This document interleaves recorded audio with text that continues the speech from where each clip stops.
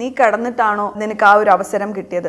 നാറ്റിച്ച് കളയും, അത് ചെയ്ത് കളയും, ഇത് ചെയ്ത് കളയും എന്നുള്ള ഒരു ത്രെറ്റ്. എനിക്ക് മറയ്ക്കാനും ഒളിക്കാനും എനിക്കൊന്നുമില്ല. എന്തെങ്കിലും നാളെ എനിക്ക് സംഭവിക്കുകയാണെങ്കിൽ ചോദ്യം ചെയ്യപ്പെടണം. നിങ്ങൾ കൂടെ നിൽക്കേണ്ടതല്ലേ? നിൽക്കാൻ റെഡിയാണ്. കൾപ്രിറ്റ്സിന്റെ പേര് പറയാൻ എന്താണ് മടി? സിബിന്റെ കേസ് വരെ നമ്മൾ വെയിറ്റ് ചെയ്യേണ്ട ആവശ്യമില്ലായിരുന്നല്ലോ. സീസൺ 6 കുട്ടികളെങ്കിലും നമുക്ക് രക്ഷിക്കായിരുന്നില്ലേ? ആദ്യത്തെ സീസൺ ആണെങ്കിൽ നമുക്ക് മനസ്സിലാക്കാം, പലർക്കും പല സാലറി ആണെന്ന് അറിയില്ലായിരുന്നു എന്ന് പറയാം. ഇപ്പൊ ഈ കുറച്ച് കിട്ടിയെന്ന് പറയുന്ന ആള് അറിയാമായിരുന്നെങ്കിൽ എന്തിനു പോയി? അതിനെക്കാട്ടി പുറത്ത് നിന്ന് ഉണ്ടാക്കാൻ പറ്റുമായിരുന്നെങ്കിൽ പോണ്ടായിരുന്നു. ഏഷ്യാനെറ്റിന്റെ ഭാഗത്ത് നിന്ന് സപ്പോർട്ട് കിട്ടിയിട്ടുള്ള ഒരു കണ്ടസ്റ്റന്റ് വേറെ ഉണ്ടാവില്ല. എന്തുകൊണ്ട് ജുനൈസിന്റെ കേസിൽ അഖിലിനെ പുറത്താക്കിയില്ല? എന്റെ കേസിൽ അയാളോട് ക്ഷമിച്ചത് ശോഭ കൂടിയല്ലേ? എന്നെ പ്രഷറൈസ് ചെയ്ത് അഖിലിന് ഒരു ക്ഷമ കൊടുത്തൂടെ എന്നുള്ള രീതിയിലേക്ക് കൊണ്ടുവന്നു. ഇനി എന്നെ എന്തൊക്കെ ചെയ്ത് കളയുമെന്ന് പറഞ്ഞാലും ഐ ഡോണ്ട് കെയർ. എനിക്ക് പറയാനുള്ളത്, ഞാൻ എവിടെ ഇരുന്നാലും സ്ട്രോങ് ആയിട്ട് ഞാൻ സംസാരിക്കാൻ, as long as I have not done anything wrong, I will. Akhil തിരുത്തി പറഞ്ഞിട്ടുണ്ട്. തിരുത്തി പറച്ചിൽ ഒരുപാട് കേട്ടിട്ടുണ്ടല്ലോ. വെള്ളപൂശലും വളച്ചൊടിക്കലും അത് സ്ഥിരമായിട്ടുള്ളതാണ്. ഏഷ്യാനെറ്റിന്റെ ഒരു മേളിലിരിക്കുന്ന ഒരാളുടെ മകളുടെ അല്ലെങ്കിൽ മകന്റെ കല്യാണത്തിന്റെ വിഷയമാണ് പറയുന്നതെങ്കിൽ ഞാൻ ആ കല്യാണത്തിന് പോയിട്ടില്ല. ഇത് പേഴ്സണലായിട്ട് എൻ്റെ അടുത്ത് പറഞ്ഞ കാര്യമാണ്. ഇതിപ്പോ നാദർ എന്നോട് വഴക്ക് കൂടിയാലും എനിക്ക് പ്രശ്നമില്ല. വിന്നർ ആവുകയാണെങ്കിൽ ഒരു ഷെയർ അല്ലെങ്കിൽ ഒരു സർട്ടൻ എമൗണ്ട് നാദരയ്ക്ക് കൊടുക്കാന്ന് പറഞ്ഞിട്ടുണ്ടായിരുന്നു. സീസൺ 1 മുതൽ സീസൺ 6 വരെയുള്ള സ്ത്രീകൾക്കെതിരെയായി ആ ഒരു കമന്റ് എന്ന് പറയുന്നത് അഖിലിന്റെ വാഗുണ്ട് അദ്ദേഹം തന്നെ പറഞ്ഞ കാര്യമാണ്. ഞാൻ എല്ലാം അറിഞ്ഞിട്ടാണ് വന്നത്. അങ്ങനെ ഒരു ആർക്കെങ്കിലും ഒരു സംശയം ഉണ്ടെങ്കിൽ ഓഡിറ്റിംഗ് രീതിയിൽ പൊക്കോട്ടെ, ഞാൻ അതിന് റെഡിയാണ്. ശോഭ വിശ്വനാഥാണ് നമുക്കിപ്പോൾ. ഹായ് ശോഭ. നമസ്കാരം. ഇപ്പോൾ സതുദ്ദേശപരമായി തുടങ്ങിയെന്ന് വിചാരിക്കുന്ന ഒരു ഡിസ്കഷൻ വേറൊരു ലെവലിലേക്ക് പൊയ്ക്കൊണ്ടിരിക്കുകയാണ്. ഇപ്പോൾ അഖിൽ പറയാൻ ഉദ്ദേശിച്ച കാര്യത്തിൽ നിന്ന് മാറി ശോഭയ്ക്ക് ഒരുപക്ഷെ ഇതിനകത്തേക്ക് വരേണ്ടിയിരുന്നില്ല എന്ന് തോന്നി. പക്ഷേ ആ ഡിസ്കഷൻ്റെ ഭാഗമായി മാറുകയോ മറ്റൊരു തരത്തിലേക്ക് ഇത് മാറുകയൊക്കെ ചെയ്യുന്നുണ്ട്. എന്തുകൊണ്ടാണ് ഇതിനകത്തേക്ക് ഇങ്ങനെ പെടേണ്ടി വരുന്നത്? ഇതൊരു ഡ്രാഗ് ചെയ്ത് വരുത്തിയതല്ലേ അത്? നമ്മളൊക്കെ അഭിപ്രായ സ്വാതന്ത്ര്യം എല്ലാവർക്കും ഉള്ളതാണ്. അത് ആവാം, വേണം. ചില കാര്യങ്ങൾ നമ്മൾ അനീതിയാണ് നമുക്ക് തോന്നുകയാണെങ്കിൽ നമുക്കതിനെക്കുറിച്ച് സംസാരിക്കാം, ഡിസ്കസ് ചെയ്യാം, അത് ഓഡിയൻസിലേക്ക് ഇട്ട് കൊടുക്കാം, എല്ലാ കാര്യങ്ങളും നമുക്ക് ചെയ്യാം. പക്ഷേ അത് ഒരിക്കലും ഇന്നസെൻറ്റ് ആൾക്കാരിലേക്ക് അത് വീഴരുത്. പിന്നെ അതൊരു ശാപമായി തീരരുത്. സിബിൻ എന്ന് പറഞ്ഞൊരു കണ്ടസ്റ്റന്റിനെ കുറിച്ച് പറഞ്ഞു തുടങ്ങി അതിലേക്കല്ല ഫോക്കസ് പോയത്. പിന്നെ ആ വിഷയം വേറൊരു കാര്യത്തിലേക്ക് പോവാണ്. എന്നാൽ അത് സെപ്പറേറ്റ് ഒരു കാര്യമായിട്ട് അത് ഡിസ്കസ് ചെയ്യാമായിരുന്നു. ഡിസ്കസ് ചെയ്യുന്ന കൂട്ടത്തിൽ ക്ലാരിറ്റിയോടെ സംസാരിക്കാമായിരുന്നു. എങ്കിൽ ഇത് സംഭവിക്കില്ലായിരുന്നു. ഇന്ന് എനിക്ക് ഇവിടെ ഇരുന്ന് സംസാരിക്കേണ്ടിയും വരില്ലായിരുന്നു. ആദ്യത്തെ ദിവസം നമ്മൾ ചില കാര്യങ്ങൾ എൻ്റെ ലൈഫിൽ മിക്ക കാര്യങ്ങളും ഞാൻ കാണുമ്പോഴും അതിനകത്ത് നടന്നിട്ട് ഞാൻ പുറത്തിറങ്ങിയപ്പം ഉള്ള സൈബർ അറ്റാക്സ് ആണെങ്കിലും അതൊക്കെ ഞാൻ സൈലൻ്റ് ആയിട്ടിരുന്ന ആളാണ്. ഇതുവരെയായിട്ട് ഞാൻ അതിനൊന്നും റിയാക്ട് ചെയ്തിട്ടില്ലല്ലോ. ഒരു കാര്യത്തിനും ഞാൻ റിയാക്ട് ചെയ്തിട്ടില്ല. പറയാനുള്ളവർ പറഞ്ഞോട്ടെ. നമുക്ക് തന്നെ അറിയാം, കുറേ പേര് PR-ൻ്റെ വർക്കാണെന്നും ഒരു ഐഡൻറ്റിറ്റിയും ഇല്ലാതെ സ്ക്രീനിൻ്റെ ബാക്കിലിരുന്ന് പല മാസ്കുകൾ അണിഞ്ഞ് കമൻറ്റ് ചെയ്യുന്നതും പലർക്കും വേണ്ടിയിട്ട് ശബ്ദം ഉണ്ടാക്കുന്നവരാണെന്നും നമുക്കറിയാം. അതിനുവേണ്ടി നമ്മുടെ സമയം കളയുന്ന എന്തിനാണ്? അങ്ങനെ ഒരു ചിന്താഗതിയാണ് എൻ്റെത്. ഞാൻ സംസാരിച്ചിട്ടുമില്ല. എനിക്ക് സംസാരിക്കണം തോന്നിയ, റിയാക്ട് ചെയ്യണം തോന്നിയ കാര്യങ്ങളിൽ വിഷയങ്ങൾ ഡെഫിനറ്റ്ലി ഞാൻ സംസാരിച്ചിട്ടുണ്ട്.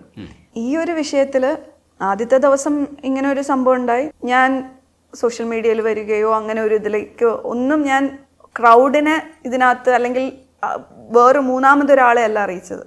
എനിക്കുള്ള ഒരിത് ഈ ചെയ്ത വ്യക്തിൻ്റെ അടുത്ത് തന്നെ ഞാൻ വിളിച്ച് സംസാരിക്കുകയായിരുന്നു. അഖിലിനെ വിളിച്ചോ? അതെ. അപ്പോൾ എല്ലാവരും, എനിക്ക് തോന്നുന്നു നമ്മുടെ കണ്ടസ്റ്റൻസ്, നമ്മുടെ സീസണിലുള്ള അറ്റ്ലീസ്റ്റ് എല്ലാവരും അത് ചെയ്തിട്ടുണ്ടാവണം. എനിക്കും എല്ലാവരും കോൾസ് വന്നിട്ടുണ്ടായിരുന്നു. നമ്മൾ അങ്ങോട്ട് ഒബ്വിയസ്ലി ഒരു പ്രോബ്ലം സീസൺ 1 മുതൽ സീസൺ 6 വരെയുള്ള സ്ത്രീകൾക്കെതിരെയായി ആ ഒരു കമൻറ്റ് എന്ന് പറയുന്നത് മനസ്സിലായില്ലേ? ഇപ്പം കാസ്റ്റിംഗ് കൗച്ചിനെ കുറിച്ചിട്ടാണെങ്കിലും ഈ പറഞ്ഞ ചാനലിന് എഗെയിൻസ്റ്റ് ആയിട്ടുള്ള ഇങ്ങനത്തെ ബാഡ്, അതായത് സ്ത്രീകൾക്ക് ഇങ്ങനെ ഒരു മിസ്യൂസ് ചെയ്യപ്പെടുകയാണ്, അങ്ങനത്തെ കുറേ അലിഗേഷൻസ് വരുമ്പോൾ അതിൽ ആരൊക്കെയാണ് വ്യക്തികൾ അതെനിക്കറിയാം. പക്ഷെ ഞാൻ പറയില്ല. എനിക്ക് വിക്ടിംസിനെ അറിയാം, എന്നാൽ ഞാൻ പറയില്ല. ഞാൻ പറഞ്ഞില്ല വിക്ടിംസിനെ കൊണ്ടുവരണം എന്നില്ല. പറയാൻ പറ്റുമെങ്കിൽ പറഞ്ഞാൽ മതി, പറ്റില്ല എന്നുണ്ടെങ്കിൽ പറ്റില്ല. ഇപ്പം കേസസ് നമ്മളിപ്പോൾ ഒരുപാട് എന്താ പറയുക, റേപ്പ് കേസസ് ആണെങ്കിലും പല കേസസും നമ്മൾ ഐഡൻറ്റിറ്റി മറച്ചു വെച്ചിട്ട്, വിക്ടിംസിൻ്റെ ഇത് മറച്ചു വെച്ചിട്ട് തന്നെയാണ് കേസ് ഫൈറ്റ് ചെയ്യുന്നത്. ഫൈറ്റ് ചെയ്യാതെ ഇരിക്കുന്നില്ല. അവിടെ ജസ്റ്റിസും കിട്ടുന്നുണ്ട് കുട്ടികൾക്ക്. പക്ഷെ മുമ്പോട്ട് വരണം. അത് നമുക്കൊരിക്കലും എന്താ പറയുക ഫൈറ്റ്, അതും ടിൽ എൻഡ് വരെ ഫൈറ്റ് ചെയ്യുന്നുണ്ടെങ്കിൽ നമ്മളെല്ലാവരും കൂടെ നിൽക്കാൻ റെഡിയാണ്. നമുക്കും അറിയേണ്ട കാര്യമാണ്. അങ്ങനെ ഒരു നമ്മൾ പാർട്ടായിരുന്ന ഒരു ഷോയിൽ ഇങ്ങനെയൊക്കെ അനീതിയും ഇങ്ങനെ അക്രമവും ഇങ്ങനത്തെ മിസ്യൂസും ചെയ്യപ്പെടുകയാണെങ്കിൽ ഡെഫിനറ്റ്ലി അത് മുമ്പോട്ട് കൊണ്ടുവരണം. ജസ്റ്റിസ് ആ കുട്ടികൾക്ക് വാങ്ങിക്കൊടുക്കണം. ഇനി വരുന്ന കുട്ടികൾക്ക് അത് സംഭവിക്കാതിരിക്കാനും ഉള്ള സ്റ്റെപ്സ് എടുക്കണം ഡെഫിനറ്റ്ലി. പക്ഷേ ഞാൻ പറയാം, സീസൺ 1 മുതൽ സീസൺ 6 വരെയുള്ള എല്ലാ വിമൻ കണ്ടസ്റ്റൻസ് ഇൻക്ലൂഡിങ് ട്രാൻസ് വിമനെ അത് ബാധിച്ചിട്ടുണ്ട്.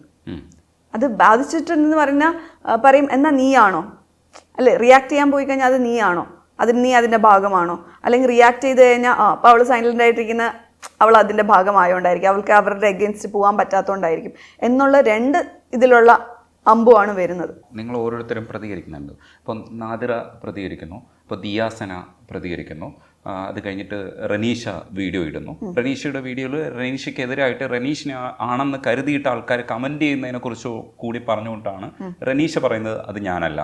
ഇങ്ങനെ ഓരോരുത്തരും അവരവരുടെ ഭാഗം പറയാൻ വേണ്ടിയിട്ട് ദേവു വീഡിയോ ഇടുന്നു. വീഡിയോ ഇട്ടിട്ട് ഞങ്ങളല്ല എന്ന് തെളിയിക്കേണ്ട ഒരു സ്പേസിലേക്ക് ഇത് വന്നിട്ടുണ്ട്. പക്ഷേ ഒരു ജനറൽ സ്റ്റേറ്റ്മെന്റിനെ നമുക്ക് അങ്ങനെ മറികടന്ന് അല്ലാതെ കൂടെ ആയിരുന്നു എന്നാണ് ഞാൻ ചോദിക്കുന്നത്. ഞാനത് പറഞ്ഞോട്ടെ, അതാ ഞാൻ പറഞ്ഞത്. First day I kept silent. ഞാൻ വിളിച്ച് സംസാരിക്കേണ്ടവരുടെ അടുത്താണ് ഞാൻ സംസാരിച്ചത്. സെക്കൻഡ് ഡേ, തേർഡ് ഡേ ആയിട്ടും ഇത് സ്റ്റോപ്പ് ആവുന്നില്ല. അതായത് സൈബർ ബുള്ളിങ് എന്ന് പറഞ്ഞാൽ നിങ്ങൾക്കൊന്നും വിചാരിക്കാൻ പറ്റാത്ത അതിനും മേളിലായിട്ടുള്ള രീതിയിലുള്ള സൈബർ ബുള്ളിങ് ആണ് വരുന്നത്. മനസ്സിലായില്ലേ?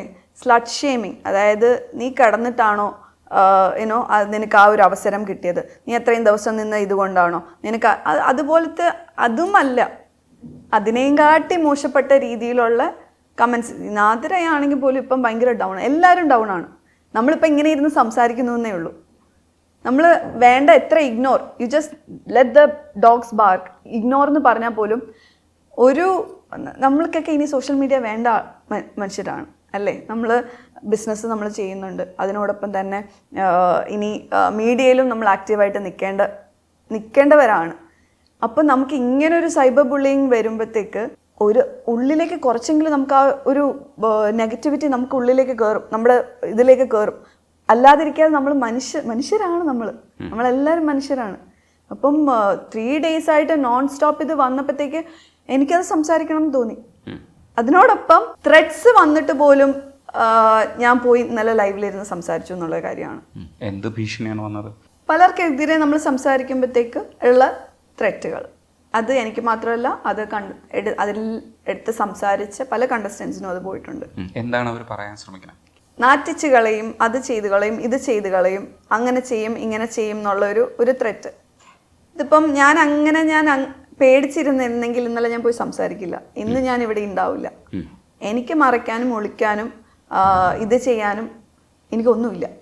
ഇന്ന് ഈ ന്യൂസ് 18 സംസാരിച്ചതിന് ശേഷമാണോ ഈ ഒരു ഭീഷണി വന്നേക്കണേ? അതിന് മുമ്പേയും വന്നു, ഇന്നലെ ഞാൻ അതിന് ശേഷവും എനിക്ക് രാത്രി ത്രെറ്റ് വന്നിട്ടുണ്ടായിരുന്നു. ഞാൻ ത്രെറ്റിനെ കുറിച്ച് പറയാൻ കാരണം എന്താണെന്ന് വെച്ചാൽ, ആരെങ്കിലും ഒരാളെങ്കിലും അതിനെക്കുറിച്ച് ഡിസ്കസ് ചെയ്യണം. എന്തെങ്കിലും നാളെ എനിക്ക് സംഭവിക്കുകയാണെങ്കിൽ അത് ഒരു ഇതിലേക്ക് പോകണം, മനസ്സിലായില്ലേ? ചോദ്യം ചെയ്യപ്പെടണം. ശോഭ, ഇതൊരു ഈ ജനറൽ സ്റ്റേറ്റ്മെന്റിലെ ചില ഡിസ്കഷൻസ് നടന്നു പോകുന്ന സമയത്ത് ഈ ജീവൻ നഷ്ടപ്പെടുമെന്നൊക്കെയുള്ള രീതിയിലുള്ളൊരു ഭീഷണിയിലേക്ക് വരാൻ മാത്രം ഇത് വലിപ്പമുള്ള വിഷയമാണ്. നഷ്ടപ്പെടുന്നത് മാത്രമല്ലല്ലോ, മനസ്സിലായില്ലേ? ഒരാളെ നശിപ്പിക്കണമെങ്കിൽ ജീവന്റെ ഇതിനെയും കാട്ടി ഒരു സ്ത്രീക്ക് എന്തായിരിക്കും എൻ്റെ ഡിഗ്നിറ്റി, എൻ്റെ ക്യാരക്ടർ, അതൊക്കെയാണ് എൻ്റെ സെൽഫ് റെസ്പെക്റ്റ്, അതൊക്കെയാണ് എനിക്ക് more important than my life. അല്ലെങ്കിൽ എൻ്റെ ജീവൻ പോന്ന് എന്നെ കൊല്ലുന്നു, അതിനെയും കാട്ടി എനിക്ക് ഇമ്പോർട്ടൻ്റ് ആണ് അത്. അപ്പം എവിടെയാണോ ഹിറ്റ് ചെയ്യേണ്ടത് അവിടെയാണ് ഹിറ്റ് ചെയ്യുന്നത്. ഇപ്പോൾ മനസ്സിലായില്ലേ? നമ്മളെ തളർത്താൻ നോക്കുന്നത്. തെറ്റ് ചെയ്തിട്ടില്ലെങ്കിൽ ഞാൻ അതൊന്നും നോക്കേണ്ട ആവശ്യമില്ല എന്നുള്ളൊരു കാര്യമാണ്. അതുകൊണ്ടാണ് ഞാൻ ഇവിടെ ഇരുന്ന് ധൈര്യമായിട്ട് തന്നെ ഞാൻ രജനീഷിന്റെ കണ്ണ് നോക്കി ഞാൻ സംസാരിക്കാൻ കാര്യം അതാണ്. ഒരു ജനറൽ സ്റ്റേറ്റ്മെന്റ് പറയുന്നു, അതിനകത്ത് വിക്ടിമിനെ പറയേണ്ടതില്ല. നമുക്ക് അയാൾ സംസാരിക്കുന്ന സമയത്ത് വിക്ടിമിനെ പറയേണ്ടതില്ല. ഇപ്പോൾ നമ്മൾ പോസിറ്റീവായോ ഇല്ലെങ്കിൽ പ്രോഗ്രസീവായോ നോക്കുമ്പോൾ കൾപ്രിറ്റ്സിനെ കാണിച്ചുകൊണ്ടോ ഇല്ലെങ്കിൽ പറഞ്ഞു കൊടുത്തുകൊണ്ടോ നമുക്ക് സംസാരിക്കാം. അതും പക്ഷെ അയാളുടെ ഇഷ്ടമാണ്. അവിടെ ഈ പറയുന്ന രീതിയിൽ നമ്മളിപ്പോൾ ഇത് എതിർക്കപ്പെടേണ്ട ഒരു സ്റ്റേറ്റിലേക്ക് എത്തിയത് ഇപ്പോൾ ഈ പറയുന്ന രീതിയിൽ ശോഭയ്ക്ക് മുൻ അനുഭവം ബിഗ് ബോസിനകത്ത് തെറ്റായിട്ട് അല്ലെങ്കിൽ ശോഭയ്ക്കെതിരായിട്ട് ഉണ്ടായതുകൊണ്ട് പേഴ്സണലി ആണോ ഇത് എടുത്തേക്കണേ എന്നുള്ളതാണ് എൻ്റെ സംശയം. പേഴ്സണലി ഞാൻ അത് എടുത്തിരുന്നെങ്കിൽ ഞാൻ അന്ന് കേസിന് പോയേനെ. ഞാൻ പുറത്തിറങ്ങിയിട്ട് എൻ്റെ ബിസിനസ്സിനെ അത് നല്ലോണം ബാധിച്ചിട്ടുണ്ടായിരുന്നു. ഇപ്പോഴും എനിക്ക് എൻ്റെ ഗൂഗിൾ അക്കൗണ്ട് തിരിച്ചു കിട്ടിയിട്ടില്ല. പല രീതിയിലുള്ള എനിക്ക് എൻ്റെ ബിസിനസ്സിനെ, ഓൺലൈൻ ബിസിനസ്സിനെ അത് നല്ലോണം അത് ബാധിച്ചിട്ടുണ്ട്. എന്നാൽ അത് വെച്ചിട്ട് ഞാൻ ഈ വ്യക്തിയോട് സംസാരിക്കാതിരിക്കണം. ഞാൻ പറഞ്ഞില്ല, ഞാൻ അന്ന് എന്തെങ്കിലും ഒരു ബാഗേജ് ഉണ്ടെങ്കിൽ ആ ഷോയ്ക്കകത്ത് വെച്ച് വിട്ട് ജെനുവിൻലി ഞാൻ വിട്ട് കളഞ്ഞിട്ട് വന്ന ഒരാളാണ്. അതിനുശേഷം അഖിലുമായിട്ട് സംസാരിച്ചിട്ടുണ്ട്. അഖിലിൻ്റെ വീട് പാലുകാച്ചൻ റീസെൻ്റ്ലി ആയിരുന്നു. ഞങ്ങൾ എല്ലാവരും പോയതാണ്. ശരിക്കും പറഞ്ഞാൽ ഇത്രയും ബിഗ് ബോസ് എന്ന് പറയുമ്പോൾ ഒരു ടോക്സിസിറ്റി ഉണ്ടായിരുന്നു, അല്ലെങ്കിൽ അതിനൊരു ആടിപിടി കൂടുന്നതാണ്, അല്ലെങ്കിൽ അങ്ങനത്തെ ഒരു ഇമേജ് ആയിരുന്നു. സീസൺ 6 പോലും സീസൺ 5 വീഡിയോസും ക്ലിപ്പിങ്സും എപ്പിസോഡ്സ് ഇരുന്ന് കാണുന്ന പ്രേക്ഷകരാണ് ഇപ്പോൾ കൂടുതലും. എന്നെ കാണുന്നവരൊക്കെ അത് പറയുന്നുണ്ട്. അങ്ങനെ നമ്മൾ നല്ലൊരു ബന്ധത്തിലിരിക്കുമ്പോൾ ഇങ്ങനൊരു സംഭവം കൊണ്ടുവരുമ്പോൾ അത് തെറ്റാണെങ്കിൽ ഞാൻ തെറ്റെന്ന് തന്നെ പറയും. അത് എന്നെ എഫക്റ്റ് ചെയ്തിട്ടുണ്ട്, എന്നെപ്പോലെ എൻ്റെ കൂടെ ഉണ്ടായിരുന്ന മത്സരാർത്ഥികളെ അത് എഫക്റ്റ് ചെയ്തിട്ടുണ്ടെങ്കിൽ, അത് ഇമോഷണലി, അത് മെൻ്റലി, അത് നല്ല രീതിയിൽ അത് എഫക്റ്റ് ചെയ്തിട്ടുണ്ടെങ്കിൽ, അവരുടെ വർക്കിനെ അത് എഫക്റ്റ് ചെയ്തിട്ടുണ്ടെങ്കിൽ അത് ഞാൻ ക്വസ്റ്റ്യൻ ചെയ്യുക തന്നെ ചെയ്യും. ചെയ്യാനുള്ള അവകാശം ഇല്ലേ? എനിക്ക് വേണ്ടി ഞാൻ സംസാരിക്കണ്ടേ?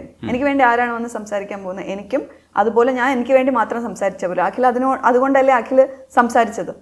ബാക്കിയുള്ള ഇങ്ങനെ വിക്ടിമൈസ് ചെയ്യപ്പെട്ട് സ്ത്രീകൾക്ക് വേണ്ടി സംസാരിക്കുമ്പോഴത്തേക്ക് മറ്റ് സ്ത്രീകളെ കരിവാരി തേച്ചുകൊണ്ടായിരിക്കരുത്. ഇത്തരം ഒരു കാര്യം വരുമ്പോൾ നിങ്ങൾ ആദ്യം സപ്പോർട്ട് ചെയ്യേണ്ടത് പ്രധാനപ്പെട്ട കാര്യത്തെ അല്ലേ? പ്രധാനപ്പെട്ട കാര്യമായിട്ട് അതിൽ ഉന്നയിക്കുന്നത് കാസ്റ്റിംഗ് കൗച്ചാണ്. അപ്പോൾ കാസ്റ്റിംഗ് കൗച്ചിനെ സപ്പോർട്ട് ചെയ്യാതെ എന്തിനാണ് നിങ്ങൾ മറ്റു വിഷയങ്ങളിൽ പിടിച്ചിട്ട് ഇത് പേഴ്സണൽ കാര്യമായിട്ട് എടുക്കുന്നത്? നിങ്ങൾ കൂടെ നിൽക്കേണ്ടതല്ലേ? നിൽക്കാൻ റെഡിയാണ്, അതാ ഞാൻ പറഞ്ഞത്, നിൽക്കാൻ റെഡിയാണ്. പക്ഷെ നമുക്ക് ക്ലാരിറ്റി, അതുകൊണ്ടാണ് ഞാൻ എടുത്തെടുത്ത് വീണ്ടും വീണ്ടും പറയുന്ന ക്ലാരിറ്റി. ആരൊക്കെയാണ് ആ കൾപ്രിറ്റ്സിന്റെ പേര് പറയാൻ എന്താണ് മടി? മനസ്സിലായില്ലേ? ഇപ്പം അറിയാമെന്നുള്ള ഒരു കാര്യമാണെങ്കിൽ പേടിയില്ല. ഒരു വർഷമായി, ഈ ഒരു വർഷമായിട്ട് ഈ കോൺട്രാക്റ്റ് തീരുന്നവരെ എന്തിനു വെയിറ്റ് ചെയ്തു? അതിന് മുമ്പേ ഇത് ഡിസ്കസ് ചെയ്യാമായിരുന്നു. ഈ സിബിന്റെ കേസ് വരെ നമ്മൾ വെയിറ്റ് ചെയ്യേണ്ട ആവശ്യമില്ലായിരുന്നല്ലോ. അത് നേരത്തെ ഷെയർ ചെയ്യാൻ പറ്റുന്ന ഒരു കാര്യമായിരുന്നില്ലേ? അതിനെക്കുറിച്ച് അറിയാമായിരുന്നെങ്കിൽ എന്തുകൊണ്ടത് പറഞ്ഞില്ല ഇത്രയും നാളായിട്ട്? എങ്കിൽ സീസൺ 6 കുട്ടികളെങ്കിലും നമുക്ക് രക്ഷിക്കാമായിരുന്നില്ലേ? അങ്ങനെ സംഭവിച്ചിട്ടുണ്ടെങ്കിൽ we could have stopped, right? അതെന്തുകൊണ്ട് അത് ചെയ്തില്ല ഇത്രയും നാളായിട്ട്? അല്ലെങ്കിൽ ഇപ്പോഴും പറഞ്ഞിട്ടില്ല. ഇപ്പോഴും എന്തെങ്കിലുമൊക്കെ അതിലൊരു ആക്ഷൻ എടുക്കപ്പെടുകയാണെങ്കിൽ പോലും എന്താണ് ഇത് പറയാനുള്ള ബുദ്ധിമുട്ടെന്നാണ് എനിക്ക് മനസ്സിലാവാത്തത്. ബുദ്ധിമുട്ടല്ലെങ്കിൽ പോലും ലീഗലി നമുക്ക് ഫയൽ ചെയ്യാമല്ലോ. ഇതിപ്പോൾ അങ്ങനെ പോവേണ്ടതല്ല, ഒരു അവയർനെസ് എന്നുള്ള അർത്ഥത്തിലാണ് അഖിൽ പറഞ്ഞതെന്നുള്ളതാണ് ഒരു വാദം. അത് ഒരു അവയർനെസ് ആയി കരുതിക്കൂടെ എന്നാണ് ചോദിക്കുന്നത്. അല്ല, അവയർനെസ് ആകാം, അതാ ഞാൻ പറയാം. പക്ഷെ ആകുമ്പോൾ ഉള്ള മറുവശം നിങ്ങൾ നോക്കണം. മറുവശം എന്ന് പറയുന്നത്, ഇനി എത്ര കുട്ടികൾ, അതായത് ഇതിപ്പോൾ എല്ലാവരിലേക്കും അറിഞ്ഞു കഴിഞ്ഞു, എത്ര നല്ല വീട്ടിൽ നിന്നുള്ള ഫാമിലിയിൽ നിന്നുള്ള കുട്ടികൾ ഇനി വരും? ഇനി എത്ര സ്ട്രോങ് കണ്ടസ്റ്റൻസ് അടുത്ത ബിഗ് ബോസ് സീസണിലേക്ക് വരും? എത്ര ഫാമിലീസ് അതിനെ സപ്പോർട്ട് ചെയ്യും? എൻ്റെ തന്നെ ഞാൻ പറഞ്ഞില്ല, എന്നെ വിളിച്ചത് കഴിഞ്ഞതിൻ്റെ മുമ്പിലത്തെ സീസണിലാണ്. പക്ഷെ എൻ്റെ ആ ഒരു എന്താ പറയുക, ഈ ബിഗ് ബോസിനെ കുറിച്ചുള്ള ഒരു കാര്യങ്ങളും, അതായത് മെയിൻലി ഇതാണ്, സൈബർ ബുള്ളിങ് ആയിരിക്കും എൻ്റെ ബ്രദർ ഉദ്ദേശിച്ചത്. അതുകൊണ്ടും പിന്നെ ഞാൻ ആ കേസ് നടന്നുകൊണ്ടിരുന്നപ്പം എൻ്റെ ഓപ്പോസിറ്റ് നിൽക്കുന്നവർക്ക് അതിനെ യൂസ് ചെയ്യുകയും ചെയ്തു അവർ. അപ്പം ആ ഒരു ഇതൊക്കെ ഭയം, നിനക്ക് ഓൾറെഡി ഒരു നല്ല ഗുഡ് വിൽ ഉണ്ട്, നിനക്ക് ലൈക്ക് അത് വെച്ചിട്ട് നിനക്ക് നിൻ്റെ കാര്യം നോക്കി പോയിക്കൂടെ എന്നുള്ളൊരു ഇതായിരുന്നു എൻ്റെ ബ്രദറിന്. പക്ഷെ ഞാൻ അതൊന്നും അല്ല, ഞാൻ എങ്ങനെയാണോ ഞാൻ ഒറിജിനലായിട്ട് നിന്ന് എന്നെ പ്രേക്ഷകർ അക്സെപ്റ്റ് ചെയ്താണ് എന്നെ 100 ദിവസം അവിടെ നിർത്തിയത്. നമ്മൾ കളിക്കില്ലെങ്കിൽ ആരും നമ്മൾ പോകാൻ പറ്റില്ല. ഒരാഴ്ച തന്നെ പോയിട്ട് ഞാൻ പെട്ടിയും പാക്ക് ചെയ്ത് ഈ പറഞ്ഞ 100 ദിവസത്തെ ഡ്രസ്സ് കൊണ്ടുപോയിട്ടുണ്ടെങ്കിൽ ഞാൻ തിരിച്ച് വരേണ്ട ആളാണ്. അത് മുമ്പോട്ട് പോയിട്ടുണ്ടെങ്കിൽ പ്രേക്ഷകർ വോട്ടിംഗ് ഉണ്ട് അവിടെ. നമ്മൾ കളിക്കുന്ന, you have seen my like whatever I have done there, right? ഒരു എൻ്റർടൈൻ എന്നുള്ള രീതിയിലാണെങ്കിലും ടാസ്കിൻ്റെ കാര്യങ്ങളാണെങ്കിലും എൻ്റെ 101% ഞാൻ അവിടെ എല്ലാം കൊടുത്തിട്ടുള്ളത്. എൻ്റെ അഭിപ്രായങ്ങൾ അതുപോലെ ഞാൻ സ്ട്രോങ് ആയിട്ട് പറഞ്ഞിട്ടുമുണ്ട്. ഞാൻ അവിടെ പോയതും ഈ പറഞ്ഞ പോലെ മണിയോ ഓർ ഫെയിം എന്നുള്ളൊരു കാര്യമില്ല. എന്നെ പോലെ തന്നെയായിരിക്കും ഒരുപാട് സ്ത്രീകൾ, ഇപ്പം നാദറെ പോലുള്ളവർ അവിടെ വരുന്നത് money or fame, not just for that. ചിലപ്പോൾ അവൾക്ക് ഫിനാൻഷ്യലി ചിലപ്പോൾ ആവശ്യം ഉണ്ടാവുമായിരിക്കും. അതിനെയും കാട്ടി അവൾ അവിടെ കൊടുത്തൊരു മെസ്സേജ് ഉണ്ട്. ഒരു ഓഡിയൻസിലേക്ക് ട്രാൻസ് കമ്മ്യൂണിറ്റീനെ കുറിച്ചുള്ളൊരു ചിന്താഗതി തന്നെ അവൾ മാറ്റിക്കളഞ്ഞു, ഇമേജ് മാറ്റിക്കളഞ്ഞില്ലേ? അല്ലേ? എത്ര പേർക്ക്, എനിക്ക് തന്നെ അറിയാന്നുള്ള ഒരുപാട് പേര് എൻ്റെ കൂടെ ഉള്ളവർ തന്നെ വന്ന് പറഞ്ഞിട്ടുണ്ട്, ഞങ്ങൾ ഇങ്ങനെയല്ല ഞങ്ങൾ വിചാരിച്ചിരുന്നത്, ഇങ്ങനെയും ഇത്രയും എഡ്യൂക്കേറ്റഡ് ആയിട്ടുള്ള, അല്ലെങ്കിൽ ലൈക്ക് ജ്ഞാനമുള്ള, അല്ലെങ്കിൽ അത് അവളുടെ പ്രായത്തിൻ്റെ അല്ല അവൾ കാണിക്കുന്ന മെച്യൂരിറ്റി അല്ലേ? അല്ലെങ്കിൽ ഈ പറയുന്ന പോലെ വീട്ടുകാർക്ക് അക്സെപ്റ്റൻസ് കിട്ടി. അതിലൂടെ നമ്മൾ സമൂഹത്തിന് എന്താണ് നമ്മൾ പറയുന്നത്, ഇങ്ങനത്തെ ഇവരുണ്ടെങ്കിൽ അവർ പുറത്ത് വരും, when they come out, family should support. കഴിഞ്ഞ ബിഗ് ബോസിന്റെ ഏറ്റവും നല്ല പോയിന്റും അതായിരുന്നു. ആണ് നാദിറയുടെ കേസ് പോലെ എന്റേതാണെങ്കിലും ഒരു ഡൊമസ്റ്റിക് വയലൻസ്, ഞാൻ എത്ര കുട്ടികളുടെ സ്റ്റോറിയാണ് ഞാൻ പറയേണ്ടത്? ഇപ്പം ഞാൻ സംസാരിച്ച ഒരുപാട് പേര് എൻ്റെ കൂടെ നിന്ന് സംസാരിക്കും. 3 മാസം അവർ വെയിറ്റ് ചെയ്തു ഞാൻ പുറത്തേക്ക് ഇറങ്ങാനായിട്ട്. അവർ സൂയിസൈഡൽ ഒരു ഇതിലേക്ക് നിന്ന കുട്ടികൾ എത്ര പേര് പിടിച്ചു നിന്നിട്ടുണ്ടെന്നറിയോ? ലൈഫിലേക്ക് തിരിച്ചു വന്നിട്ടുണ്ട്. ഡൊമസ്റ്റിക് വയലൻസ് അനുഭവിച്ചുകൊണ്ടിരുന്ന സ്ത്രീകൾ അവർ പ്രൊട്ടക്ഷൻ ഓർഡർ ഉണ്ടെന്ന് മനസ്സിലാക്കുകയും എനിക്ക് ആ ഒരു ടോക്സിക് മാരേജിൽ നിന്ന് പുറത്തിറങ്ങുകയും ഒരു ഫിനാൻഷ്യൽ ഇൻഡിപെൻഡൻസിനെ കുറിച്ച് മനസ്സിലാക്കുകയും ഒരുപാട് സ്ത്രീകൾ അതിലേക്കും ബിസിനസ്സിലേക്കും തിരിഞ്ഞിട്ടുണ്ട്. മനസ്സിലായില്ലേ? അപ്പൊ ഈ ഒരു ബിഗ് ബോസ് പ്ലാറ്റ്ഫോം എന്ന് പറഞ്ഞാൽ ഒരുപാട് സ്ത്രീകൾക്ക് പ്രൂവ് ചെയ്യാൻ പറ്റുന്ന ഒരു വോയിസ് ആകാൻ പറ്റുന്ന ഒരു പ്ലാറ്റ്ഫോം. അതൊരു വലിയ പ്ലാറ്റ്ഫോമാണ്. അതിലൂടെ ഇങ്ങനെ ഒരു ആംഗിളിലേക്ക് അത് കൊണ്ടുപോകുമ്പോൾ ഒരുപാട് പേരുടെ അവസരമാണ് നമ്മളത് ഇതാക്കുന്നത്. നമുക്കതിനെക്കുറിച്ച് സംസാരിക്കണം, അങ്ങനെ ഒരു കാര്യമുണ്ടെങ്കിൽ അത് അന്വേഷിക്കണം, എല്ലാം ശരിയാണ്.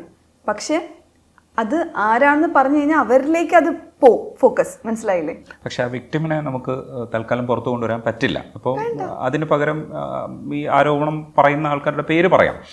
അത് ഓക്കെ. ഇത് ചില ക്ലാരിറ്റീസ് വരുത്തേണ്ടത്. ഇപ്പോൾ ശോഭയിലേക്ക് വരാൻ വേണ്ടിയിട്ട് കമൻറ്റ് ബോക്സിൽ പല തരത്തിലുള്ള സൂചനകൾ വരുന്നുണ്ട്. അതിലൊന്നെന്ന് പറയുന്നത് ഈ ശമ്പളത്തിൻ്റെ വ്യത്യാസത്തെക്കുറിച്ചുള്ള സംസാരമാണ്. അപ്പോൾ അഖിലിന് ശമ്പളം കുറവായിരുന്നു, പക്ഷെ അത്രയും പോലും മുഖം പരിചയമില്ലാത്തവർക്ക് പെണ്ണുങ്ങൾക്ക് ശമ്പളം കൂടുതൽ കൊടുത്തു എന്ന് പറയുന്ന ഒരു സാധനമുണ്ട്. ഇങ്ങനെ ഒരു കാര്യം ബിഗ് ബോസിന്റെ ചരിത്രത്തിൽ മുൻപേ തന്നെ ഉള്ള കാര്യമല്ലേ? അതെന്തൊരു ഫൂളിഷ് ഒരു അക്വിസിഷൻ എന്നാണ് എനിക്ക്. ഇന്നലെ അതിനുള്ള നല്ലൊരു ചുട്ട മറുപടി ഇന്നലെ സാബുചേട്ടൻ തന്നെ ലൈവില് പറഞ്ഞ കാര്യമാണ്. ഇതിപ്പം സീസൺ 1 അല്ല, സീസൺ 5 ആണ് അഖിൽ മാരാർ വന്നിരുന്നത്, ഉൾപ്പെടെ ഉണ്ടായിരുന്നത്. ആദ്യത്തെ സീസൺ ആണെങ്കിൽ നമുക്ക് മനസ്സിലാക്കാം, പലർക്കും പല സാലറി ആണെന്ന് അറിയില്ലായിരുന്നു എന്ന് പറയാം. ഇപ്പം ഒരാൾക്ക് ഇപ്പം കൂടുതൽ സാലറിയാണ്, മറ്റാൾക്ക് കുറവാണ്. ഇതെല്ലാം എന്താണ് നിശ്ചയിക്കുന്നത്? 2 കാര്യമാണ്. ഒന്നെന്ന് പറഞ്ഞാൽ നമ്മൾ ഇൻവൈറ്റ് ചെയ്തിട്ട് നമ്മളൊരു ഇതായിട്ട് പോവാണ്. മനസ്സിലായില്ലേ? നമുക്ക് ഇങ്ങോട്ട് ഇൻവിറ്റേഷൻ വന്ന് നമ്മൾ പോവാണ്. അത് may be because of different reasons. ഒന്ന് മേ ബി നമ്മളൊരു സെലിബ്രിറ്റി ആയതുകൊണ്ടാവാം, അല്ലെങ്കിൽ നമ്മൾ എന്തെങ്കിലും ലൈഫിൽ എന്തെങ്കിലും ഒരു എക്സ്ട്രാ ഓർഡിനറി ആയിട്ട് ചെയ്തിട്ട് they might invite us, they want us in the show. മനസ്സിലായില്ലേ? അപ്പോൾ അങ്ങനെ ഒരു ഇൻവിറ്റേഷൻ വന്നിട്ട് ഉണ്ടെങ്കിൽ ഒബ്വിയസ്ലി നമ്മൾ ചോദിക്കണം, ഇതുണ്ടെങ്കിലേ നമ്മൾ വരുള്ളൂ, അല്ലെങ്കിൽ നമുക്ക് നെഗോഷിയേഷൻ പവർ കൂടുതലാണ് അവിടെ. അതേസമയം മറ്റൊരു വ്യക്തി വേറെ ഒരു ജോലിയും ഇല്ല, ലൈക്ക് എനിക്കിതിൽ പോയേ പറ്റുള്ളൂ, എനിക്ക് ഫെയിമും മണി ഇല്ലെങ്കിലും എനിക്ക് ഫെയിം വേണം, എന്നെ 4 പേര് അറിയപ്പെടണം, എനിക്ക് പ്രൂവ് ചെയ്യണം, വോട്ട് എവർ റീസൺ. അങ്ങനെയാണെങ്കിൽ അവർക്ക് ഒരു നെഗോസിയേഷൻ പവർ ഇല്ല എന്നുള്ള കാര്യമാണ്. അവിടെ ചാനലിനും ആ ഒരു സ്ഥാപനത്തിനും, ഈ പറഞ്ഞ എൻ്റെ മോൾ ഷൈൻ ആണെങ്കിലും ഏഷ്യാനെറ്റിനുമാണ് അതിൻ്റെ പവർ. ഇവിടെ എന്ന് പറയാൻ നേരെ തിരിച്ചാണ്. എന്നിട്ട് പോലും ഞാൻ ബിഗ് ബോസിനകത്ത് കയറിയതിന് ശേഷം ഇപ്പം ജുനൈസിനാണെങ്കിലും വേറെ പലർക്കും എന്നെയും കാട്ടി കൂടുതൽ സാലറി, ഇപ്പം ഇത് ഉദ്ദേശിച്ച് പറഞ്ഞ എന്നെയാണോന്ന് പോലും എനിക്ക് അറിയത്തില്ല. I am just telling. എൻ്റെ കാര്യമാണെങ്കിൽ ഞാൻ പറഞ്ഞില്ല, കഴിഞ്ഞതിൻ്റെ മുമ്പിലത്തെ സീസണിൽ എന്നെ വിളിച്ചിട്ടുണ്ടായിരുന്നു. ഇപ്പം മണി ആൻഡ് ഫെയിമിന് വേണ്ടിയിട്ടാണ് എനിക്ക് അപ്പോഴേ പോകാമായിരുന്നു. അത് പോവാതെ ഞാൻ പറഞ്ഞില്ല, എനിക്ക് അതിനേയും കാട്ടി കൂടുതൽ എനിക്കൊരു ഇമ്പാക്റ്റ് ഉണ്ടാക്കണം. എൻ്റെ സ്റ്റോറി, എനിക്ക് എന്താണോ സംഭവിച്ചത് അതിനി ആർക്കും വരാതിരിക്കട്ടെ, അത് എല്ലാവരും അറിയണം. ഞാൻ എന്താണ് ഗോ ത്രൂ ചെയ്തത്, ഇങ്ങനെ ഒരു സംഭവം ഇനിയും വരാം, അത് പെടാതെ ഇരിക്കട്ടെ എന്നുള്ളൊരു എൻ്റെ ലൈഫ് എന്ന് പറയുന്ന ഒരു സർവൈവൽ ഗൈഡായിട്ടാണ് ഞാൻ കരുതുന്നത്. അപ്പൊ അത് എല്ലാവരിലേക്ക് എത്തണം എന്ന് പറഞ്ഞിട്ടാണ് ഞാൻ അത് പോയത്.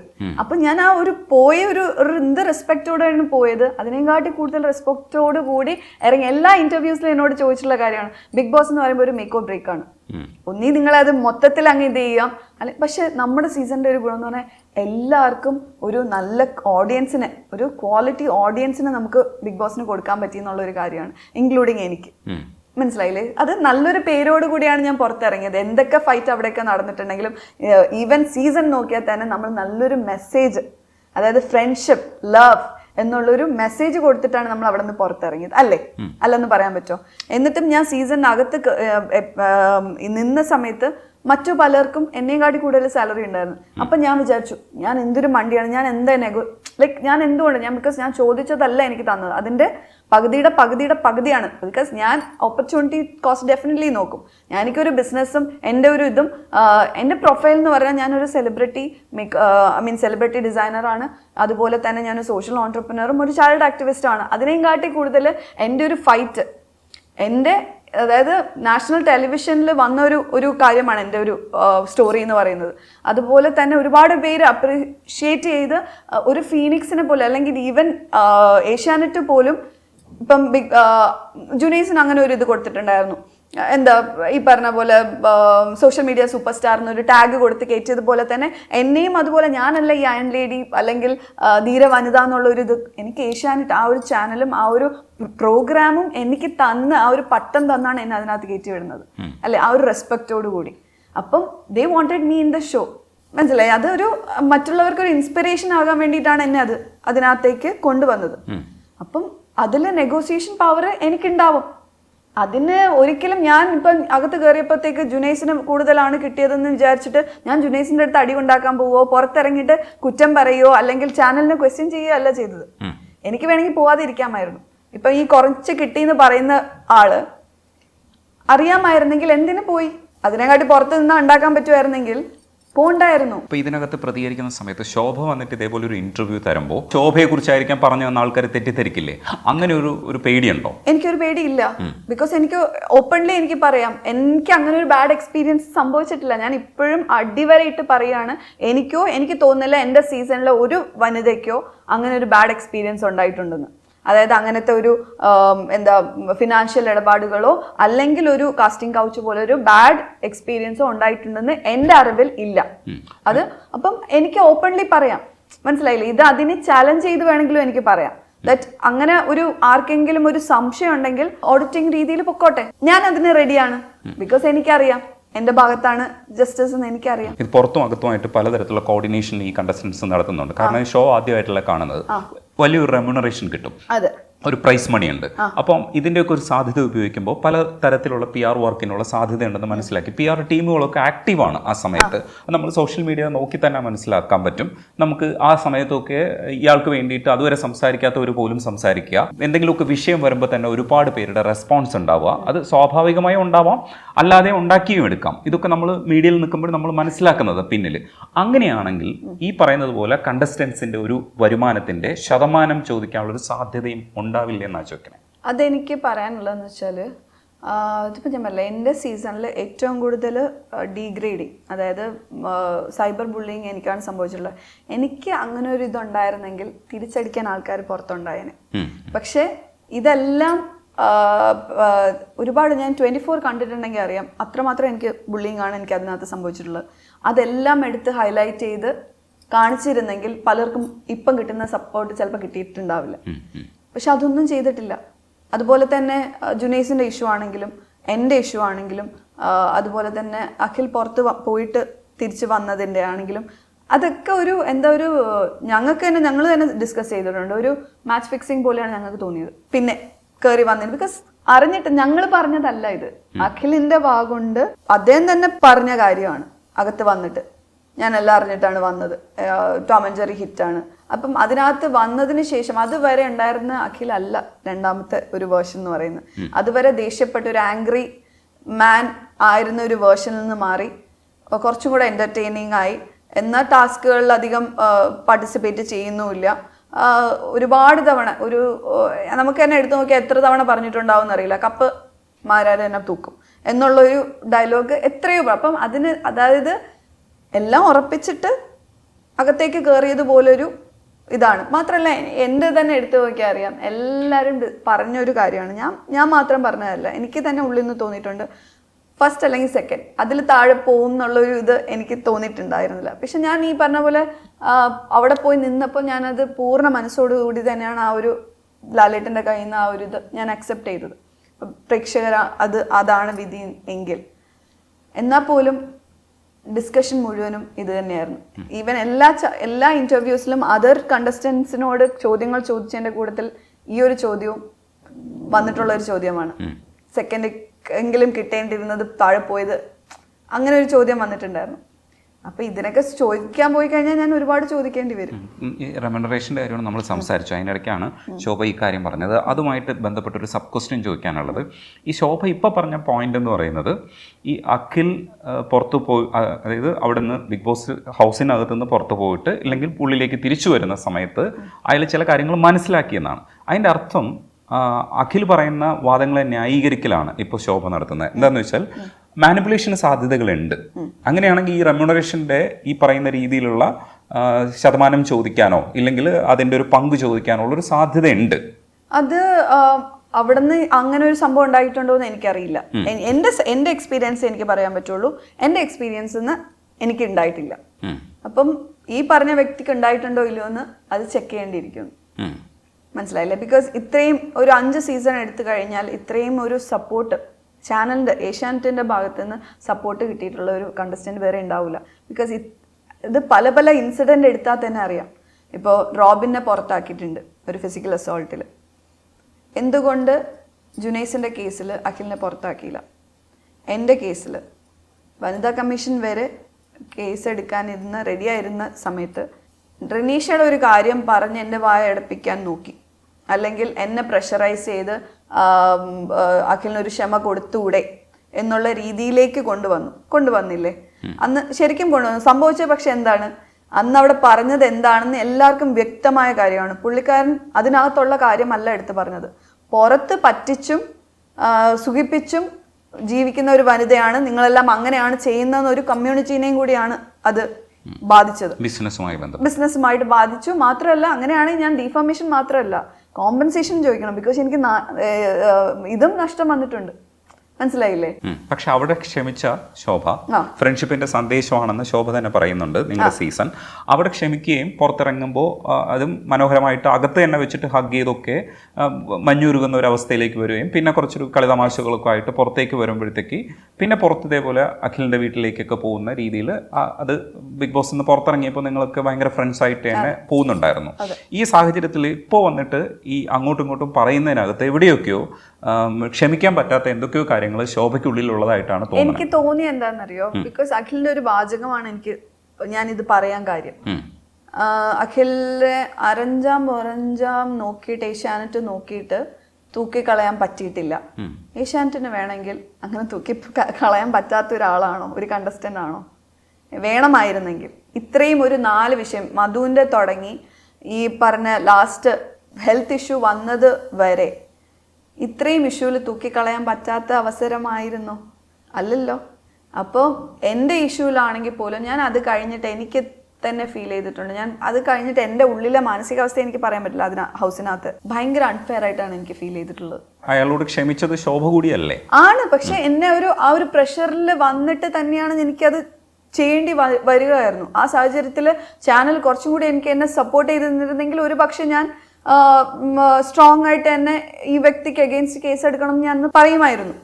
അപ്പോൾ അത് മാറ്റി എല്ലാവരും കൂടി അങ്ങനെ ഒരു കോർണർ ചെയ്ത് അങ്ങനെ ഒരു ക്ഷമ എന്ന് പറയുന്ന ഒരു കാര്യത്തിലേക്കാക്കി പുള്ളിക്കാരൻ ക്ഷമിക്കാനും റെഡി ആകുമ്പോഴത്തേക്ക് ഞാൻ പിന്നെ എന്താ പറയുക, ഒരു അവസരം കൂടെ കൊടുക്കുക എന്നുള്ളൊരു ഇതിലേക്കായി, ക്ഷമിക്കുക എന്നുള്ളൊരു പോയിന്റിലേക്കായി. ഇപ്പം ഞാനും വിചാരിച്ചപ്പോൾ ഒരു ഒബ്വിയസ്ലി ഒരു കണ്ടസ്റ്റന്റ് ഞാൻ കാരണം പുറത്ത് നാളെ പോണ്ട, ഒരു അവസരം കൂടെ കൊടുത്തൂടെ, ഞാനും വീണ്ടും ചിന്തിക്കേണ്ടി വന്നു. മനസ്സിലായില്ലേ?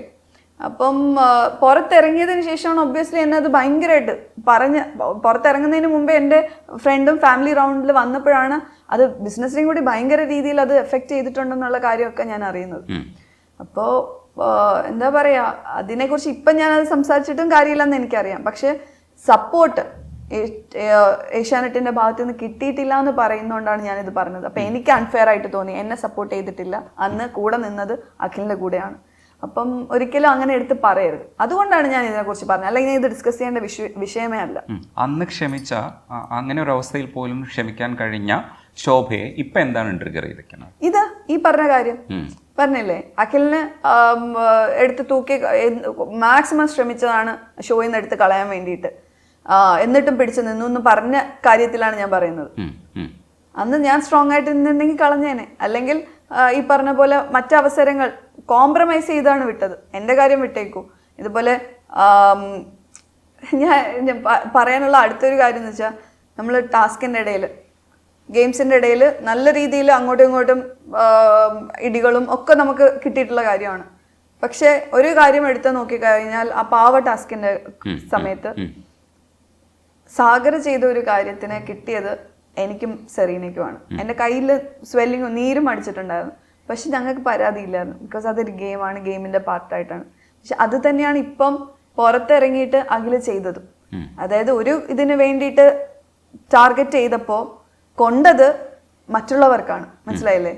ഇന്നസെൻ്റ് ആയിട്ടുള്ള സെറീനയും എന്നെയും പോലെയുള്ള ലൈക്ക് ആ ഗെയിമിൽ ഞങ്ങൾക്ക് കൊണ്ടതുപോലെ തന്നെയാണ് ഇന്ന് സമൂഹത്തിൽ ഈ പറഞ്ഞ നമ്മുടെ കണ്ടസ്റ്റൻസിന് വിമൻ കണ്ടസ്റ്റൻസിന് എല്ലാരെയും ആക്ഷേപിക്കുന്ന രീതിയിലുള്ള ഒരു പക്ഷേ ആ ജനറൽ സ്റ്റേറ്റ്മെന്റിന് ശേഷം അഖിൽ തിരുത്തി പറഞ്ഞിട്ടുണ്ട്, ഇത് എല്ലാവരും ഉദ്ദേശിച്ചിട്ട് പറഞ്ഞതല്ല, ഇത് നിങ്ങളാരും വന്നിട്ട് ഇതിങ്ങനെ ആവേണ്ട കാര്യമില്ല, നിങ്ങളാരും പ്രതികരിക്കേണ്ട കാര്യമില്ല, അപ്പോൾ നിങ്ങൾ അതിനകത്തുണ്ടോ എന്നൊക്കെ ചോദിക്കുന്ന രീതിയിലേക്ക് മാറിയിരുന്നു. ഈ പറഞ്ഞ പോലെ തിരുത്തി പറച്ചിൽ ഒരുപാട് കേട്ടിട്ടുണ്ടല്ലോ നമ്മൾ.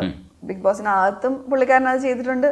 വെള്ളപൂശലും വളച്ചൊടിക്കലും അത് സ്ഥിരമായിട്ടുള്ളതാണ്.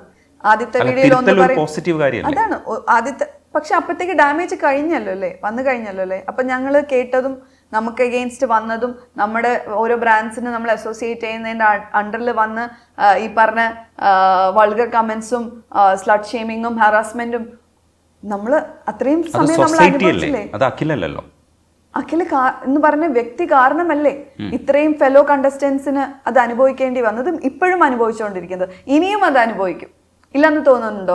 എത്ര അല്ലാന്ന് ഇപ്പൊ തന്നെ മാറ്റി 3-4 വീഡിയോ കഴിഞ്ഞ് അവസാനം പറയുന്നു സീസൺ 5 ഒരു കണ്ടസ്റ്റൻസിനെയും പറ്റി ഞാൻ പറഞ്ഞിട്ടില്ല എന്ന് പറയുന്നു, അങ്ങനെ വന്നിട്ടില്ല 100%, അങ്ങനെ ഇത് ചെയ്തിട്ടില്ല എന്ന് പറയുന്നു. എന്ന് പറഞ്ഞ് ഈ വന്നതും നമ്മൾ ആ സമയത്ത് അനുഭവിച്ച ട്രോമയും അത് മാറ്റാൻ പറ്റുമോ? ഇനിയും ആൾക്കാർ പറയും. ഇനി അടുത്ത് നമ്മളൊരു എന്താ പറയുക, അടുത്തതിന് അൾട്ടിമേറ്റ് വരാം, അല്ലെങ്കിൽ ചാനലുമായിട്ട് അസോസിയേറ്റ് ചെയ്തിട്ടുള്ള ചിലപ്പം ഈ സീസൺ നമ്മൾ കണ്ടിട്ടുണ്ട്, പല കഴിഞ്ഞ സീസണിൽ തന്നെ നമ്മൾക്ക് ഗസ്റ്റ് ഒക്കെ വന്നിട്ടുണ്ട്. ഇനി നമ്മളെ വിളിക്കുമെന്ന് തോന്നുന്നുണ്ടോ ഇങ്ങനെ ഒരു കോൺട്രവേഴ്സി നിൽക്കുമ്പോൾ? അല്ലെങ്കിൽ ഈ പറയുന്ന പോലെ അടുത്തിനി അൾട്ടിമേറ്റ് വരികയാണെങ്കിൽ നമ്മൾ ഇൻ കേസ് നമ്മളെ വിളിച്ചാൽ പോലും അവർ പറയില്ലേ വേറൊരു അർത്ഥത്തോടെയാണ്. നേരത്തെ ഒരു ചെക്ക് വെക്കുന്നത് പോലെയാണത്. പിന്നെ എല്ലാവർക്കും അറിയുന്നതാണ് ബിഗ് ബോസ് എന്ന് പറഞ്ഞാൽ ഒരു സീസൺ 1 വർഷത്തേക്കാണ് മാക്സിമം അതിൻ്റെ ഒരു ഇതെന്ന് പറയുന്നത്. അതെല്ലാവർക്കും അറിയാം അല്ലേ, ഒരുവിധം. ഇപ്പം നമുക്ക് മനസ്സിലായി, ഇപ്പം ഏത് കണ്ടസ്റ്റൻസ് എടുത്താലും അടുത്ത സീസൺ വരുമ്പോഴത്തേക്ക് ഒബ്വിയസ്ലി അടുത്ത ഹീറോസും അടുത്ത ഷീറോസും അടുത്ത ഒരു പറ്റം ആൾക്കാർക്കായിരിക്കും ആ ഒരു ഫോക്കസും അറ്റൻഷനും പോകുന്നത്. അപ്പം ഈ ഒരു വർഷം കഴിയാറായി. അപ്പം അതൊരു ചെറിയൊരു പബ്ലിസിറ്റിക്കോ വട്ട് എവർ അത് നീഡ്സോ മോണിറ്റൈസ് ഇതൊക്കെ ഇന്ന് ഇൻ്റർവ്യൂ വന്ന് ഞാൻ സംസാരിക്കുമ്പോൾ, അല്ലെങ്കിൽ ഇന്നലെ ഒരു ലൈവ്, അതുകൊണ്ടാണ് ഞാൻ ഇന്നലെ ഒരു ചാനലിന് തന്നെ ന്യൂസ് ചാനലിന് തന്നെ ഞാൻ പോയി പറഞ്ഞത്. ബിക്കോസ് എനിക്കിത് വിറ്റ് ഒരു മോണിറ്റൈസ് ചെയ്ത് ഇന്ന് ഞാൻ ഇവിടെ ഇരിക്കുമ്പോഴും ഒരു 5 രൂപ പോലും മേടിക്കാതെ തന്നെയാണ് ഞാൻ ഇരുന്ന് സംസാരിക്കുന്നത്. ബിക്കോസ് എൻ്റെ കമ്മ്യൂണിറ്റീനെ ഞാൻ റെപ്രസെൻറ്റ് ചെയ്താണ് ഞാൻ ഇരിക്കുന്നത്. എനിക്ക് വേണ്ടിയിട്ടും ഞാൻ ശബ്ദിക്കുന്നുണ്ട്. എനിക്ക് എന്നെ പോലുള്ളവർക്കും അതുപോലെ തന്നെ ഈ പറഞ്ഞ അഖിൽ പറഞ്ഞ പോലെ വിക്ടിമൈസ് ചെയ്യപ്പെട്ടിട്ടുണ്ടെങ്കിൽ ഡെഫിനറ്റ്ലി നമ്മൾ അതിന് എഗെയിൻസ്റ്റ് ആയിട്ട് ഇത് ചെയ്യണം. ഞാൻ ആ 2 പേർക്കും എന്ന് വെച്ചാൽ മറ്റേ കുട്ടീനെ എനിക്ക് കിട്ടിയിട്ടില്ല, അതിലൊരു കുട്ടീനെ ഞാൻ മെസ്സേജ് ചെയ്തിട്ടുണ്ടായിരുന്നു. എന്താണോ ആ കുട്ടിക്ക് ഹെൽപ്പ് വേണ്ടത്, എൻ്റെ വരെ അത് നിൽക്കും എന്നുണ്ടെങ്കിൽ ഞാൻ നിൽക്കാം. പക്ഷെ അങ്ങനെ മുമ്പോട്ട് വരാൻ റെഡിയല്ല. സെബിൻ അഖിലിന് താങ്ക്സ് പറഞ്ഞിട്ടുണ്ട് ഇങ്ങനെ ഒരു കാര്യത്തെ സംബന്ധിച്ച് സംസാരിച്ചതിന്, സെബിനെ പറ്റിയിട്ട് സംസാരിച്ചതിനോ അല്ലെങ്കിൽ എന്താണോ അഖിൽ ഉയർത്താൻ ശ്രമിച്ച കാര്യത്തിന് ഒരു സപ്പോർട്ട് കിട്ടും പോലെയാണ് സെബിൻ്റെ ഭാഗത്ത് നിന്ന് ഒരു കമൻറ്റ് വന്നത്. സെബിൻ പലതും ഇനിയും വെളിപ്പെടുത്തേണ്ടതുണ്ട്. പക്ഷേ ഈ സെബിൻ്റെ കാര്യത്തിൽ സംഭവിച്ച ഞാൻ ബിഗ് ബോസിനകത്ത് കണ്ടിട്ടുണ്ടായിരുന്നു. ഭയങ്കര ടയേർഡായിട്ട് ആ മനുഷ്യൻ മാറുന്നു, ഒരു സ്ഥലത്ത് പോയിരുന്ന് കരയുന്നു, എനിക്ക് പറ്റുന്നില്ല എന്ന് പറയുന്നുണ്ട്. എന്നിട്ട് നമുക്ക് തന്നെ സങ്കടം തോന്നിയ അവസ്ഥകളിലൂടെയൊക്കെ വന്നിട്ട്, കാരണം നല്ല ഫയറോടുകൂടി കളിച്ചുകൊണ്ടിരുന്ന ഒരാളാണ്. അപ്പോൾ ആ സെബിൻ്റെ ഒരു മാറ്റം ആക്ച്വലി അതിനകത്തൊരു സ്വാഭാവികമായി സംഭവിച്ചതായിട്ടാണ് നമുക്ക് തോന്നുന്നത്. അത് സെബിനാണെങ്കിൽ വെളിപ്പെടുത്തേണ്ടത് ഇതിനെ സംബന്ധിച്ച്. അതിനെ സംബന്ധിച്ചൊരു കമൻറ്റ് അഖിൽ ഇട്ടിരിക്കുന്ന കമൻ്റ് എന്ന് പറയുന്നത് ഈ തരത്തിൽ മെഡിസിൻ കൊടുത്തിട്ട് അയാളെ ഭ്രാന്തനാക്കാൻ ശ്രമിച്ചു എന്ന് പറയുന്ന ഒരു കമൻ്റ് ഉണ്ട്. ആ കമൻറ്റ് വളരെ ഷോക്കിംഗ് ആണ്. ഒരുപക്ഷെ നിങ്ങൾക്ക് ബിഗ് ബോസിനകത്ത് നിന്നവർക്ക് അറിയാൻ പറ്റും ബിഗ് ബോസിനെ കുറിച്ച്. അതിലെന്താണ് അഭിപ്രായം? എൻ്റെ സീസണിനെ പറ്റി ഞാൻ പറയാം. അങ്ങനെ ഒരു മെഡിസിൻ പോലും പ്രോപ്പർ ഒരു ഇതില്ലാതെ ഞങ്ങൾക്ക് തരാറില്ല. ഇപ്പം നമ്മൾ കൊണ്ടുപോകുന്ന മെഡിസിൻ പോലും ഞങ്ങളുടെ ഡോക്ടേഴ്സിൻ്റെ പ്രിസ്ക്രിപ്ഷൻ അതിനകത്ത് കൊടുത്തില്ലെങ്കിൽ അവരതിനകത്ത് കയറ്റത്തുമില്ല. അപ്പം അങ്ങനത്തെ കുറേ സ്ട്രിക്റ്റ് ആയിട്ടുള്ള കുറേ, ഞാൻ പറഞ്ഞില്ല ഈ ഇൻ്റർവ്യൂ മുതൽ, അതായത് ട്രാൻസ്പെറൻസി, അതായത് അത്രയ്ക്ക് പ്രൊഫഷണലിസം ഞാൻ കണ്ടതിൽ ഉണ്ടായിരുന്നു. ഞങ്ങൾ കോണ്ടാക്ട് ചെയ്യുന്നതാണെങ്കിലും അതുപോലെ തന്നെ ഇൻ്റർവ്യൂ ആണെങ്കിലും ഇതുപോലെ ഒരു ക്യാമറയുടെ ഫ്രണ്ടിൽ പോയിരുന്നാണ് 8-10 ആൾക്കാർ ഇൻക്ലൂഡിങ് വിമൻ അടങ്ങുന്ന പാനലിസ്റ്റുകളാണ്. അതിനകത്ത് നല്ല രീതിയിൽ നമ്മളെ പ്രൊവോക്ക് ചെയ്യുന്ന രീതിയിലും ഒക്കെ നമ്മളെ ഇത് ചെയ്ത് മാക്സിമം നമ്മളെ ട്രിഗർ ചെയ്ത് നമ്മുടെ ഒരു മെൻ്റൽ കപ്പാസിറ്റി ഒക്കെ മനസ്സിലാക്കിയിട്ട് തന്നെയാണ് ഫിൽട്ടർ ചെയ്ത്. എത്ര സെലിബ്രിറ്റി ആണെങ്കിൽ പോലും ഇതൊക്കെ കഴിഞ്ഞിട്ട് തന്നെയാണ്, പ്രോസസ്സ് കഴിഞ്ഞിട്ട് തന്നെയാണ് നമ്മൾ സെലക്ട് ചെയ്യുന്നത്. ഈവൻ മെഡിസിൻ്റെ കാര്യം പോലും, അല്ലെങ്കിൽ മെഡിക്കൽ റൂമിലോട്ട് കൊണ്ടുപോയിട്ട് അവിടെ നിന്ന് എന്താണ് സംഭവിക്കുന്നത് മാക്സിമം അവർ നോക്കും, അവിടെ തന്നെ അത് നമ്മൾ ക്യൂർ ചെയ്യാനായിട്ട്. ഇല്ലാന്നുണ്ടെങ്കിൽ മാത്രമേ അത് നമ്മളെ പുറത്തേക്ക് പോകത്തുള്ളൂ. അപ്പം അങ്ങനെ പുറത്തേക്ക് കൊണ്ടുപോയിട്ടുണ്ടാവണമെങ്കിൽ അവർക്ക് തന്നെ അത് തോന്നിയിട്ടുണ്ടാവില്ലേ? അല്ലെങ്കിൽ ബിക്കോസ് സിബിൻ്റെ ചിലപ്പോൾ സ്റ്റേറ്റ്മെന്റ്സ് കാരണമായിരിക്കും. ഞാൻ അത് കണ്ടതാണ്. അതിനകത്ത് എന്നെ തുറന്നു വിട്ടില്ലെങ്കിൽ ഞാൻ പലരെ അടിക്കും എന്നൊക്കെയുള്ള പറഞ്ഞ സ്റ്റേറ്റ്മെന്റ് കൊണ്ടായിരിക്കാം മെഡിക്കൽ കൺഫ്യൂഷൻ റൂമിൽ പോയ സിബിന്റെ ആവശ്യപ്രകാരമായിരിക്കും പുറത്തേക്ക് മറ്റൊരു സ്ഥലത്തേക്ക് മാറ്റിയതും. അതുപോലെ സിബിൻ പറഞ്ഞത് ഓൺലൈൻ വന്ന് ഒരാൾ സൈക്കോളജിസ്റ്റോ സംസാരിച്ചിട്ടുണ്ടായിരുന്നു. അതൊക്കെ കഴിഞ്ഞതിന് ശേഷമാണ്. പക്ഷെ അവൻ മെഡിസിൻ കഴിച്ചിട്ടില്ല എന്നാണ്. അപ്പം അതിനകത്ത് കഴിപ്പിച്ചിട്ടല്ല അതിനകത്തോട്ട് വിട്ടത്. അതൊരു റോങ്. ആരെങ്കിലും അങ്ങനെ ഒരു കമ്മ്യൂണിക്കേറ്റ് ചെയ്തിട്ടുണ്ടെങ്കിൽ അത് റോങ് ആയിട്ടുള്ളൊരു കാര്യമാണ്. അവൻ കഴിച്ചിട്ടില്ല, മെഡിസിൻ കഴിച്ചിട്ടില്ല. കൊടുത്തിട്ടുണ്ടോ ഇല്ലയോ എന്നുള്ള കാര്യം അത് അവനോട് തന്നെ ചോദിച്ചറിയണം. ചിലപ്പോൾ കൊടുത്തിട്ടുണ്ടാവും. അതിനുശേഷം പ്രതികരിച്ച ഒരു ബാക്കി ഭാഗം എന്താണെന്ന് വെച്ചാൽ, നോർമലി തന്നെ ഷോയിൽ തുടരണമെന്നുള്ള ആഗ്രഹത്തിലേക്ക് വന്നിട്ടുണ്ടായിരുന്നു. ട്രീറ്റ്മെന്റ് കഴിഞ്ഞിട്ട് നോർമലി തന്നെ അങ്ങനെ ഷോയിൽ തുടരണമെന്ന് ആഗ്രഹിച്ചപ്പോഴാണ് അവർ അൺഫെയർ ആയിട്ട് പുറത്താക്കിയെന്നുള്ള ഒരു വാദത്തിലാണ് സിബിൻ നിൽക്കുന്നത്. എനിക്ക് സിബിനെ കുറിച്ച് പറയുകയാണെങ്കിൽ എനിക്കൊരു 10 to 18 years ആയിട്ട് എനിക്ക് സിബിനെ അറിയാം. കൊറിയോഗ്രാഫറായ സജനാത്തയുടെ ടീമിൽ ഉണ്ടായിരുന്ന കാലം, ബിക്കോസ് ട്രിവാൻഡ്രത്താണല്ലോ. അപ്പം അന്ത്യകാലം മുതലേ എനിക്ക് സിബിനെ അറിയാം. ഭയങ്കര വൈബ്രന്റ് സ്മാർട്ടായിട്ടുള്ള ഒരു യങ് ഫെലോ തന്നെയാണ്. അപ്പം ഇതിലേക്ക് വന്നപ്പോഴും ഞാൻ ഭയങ്കര ഹാപ്പി ആയിരുന്നു. ലൈക്ക് അതും ഒരു വൈൽഡ് കാർഡായിട്ട് വന്ന് ഭയങ്കര ആക്റ്റീവായിട്ട് തന്നെയായിരുന്നു കളിച്ചിരുന്നത്.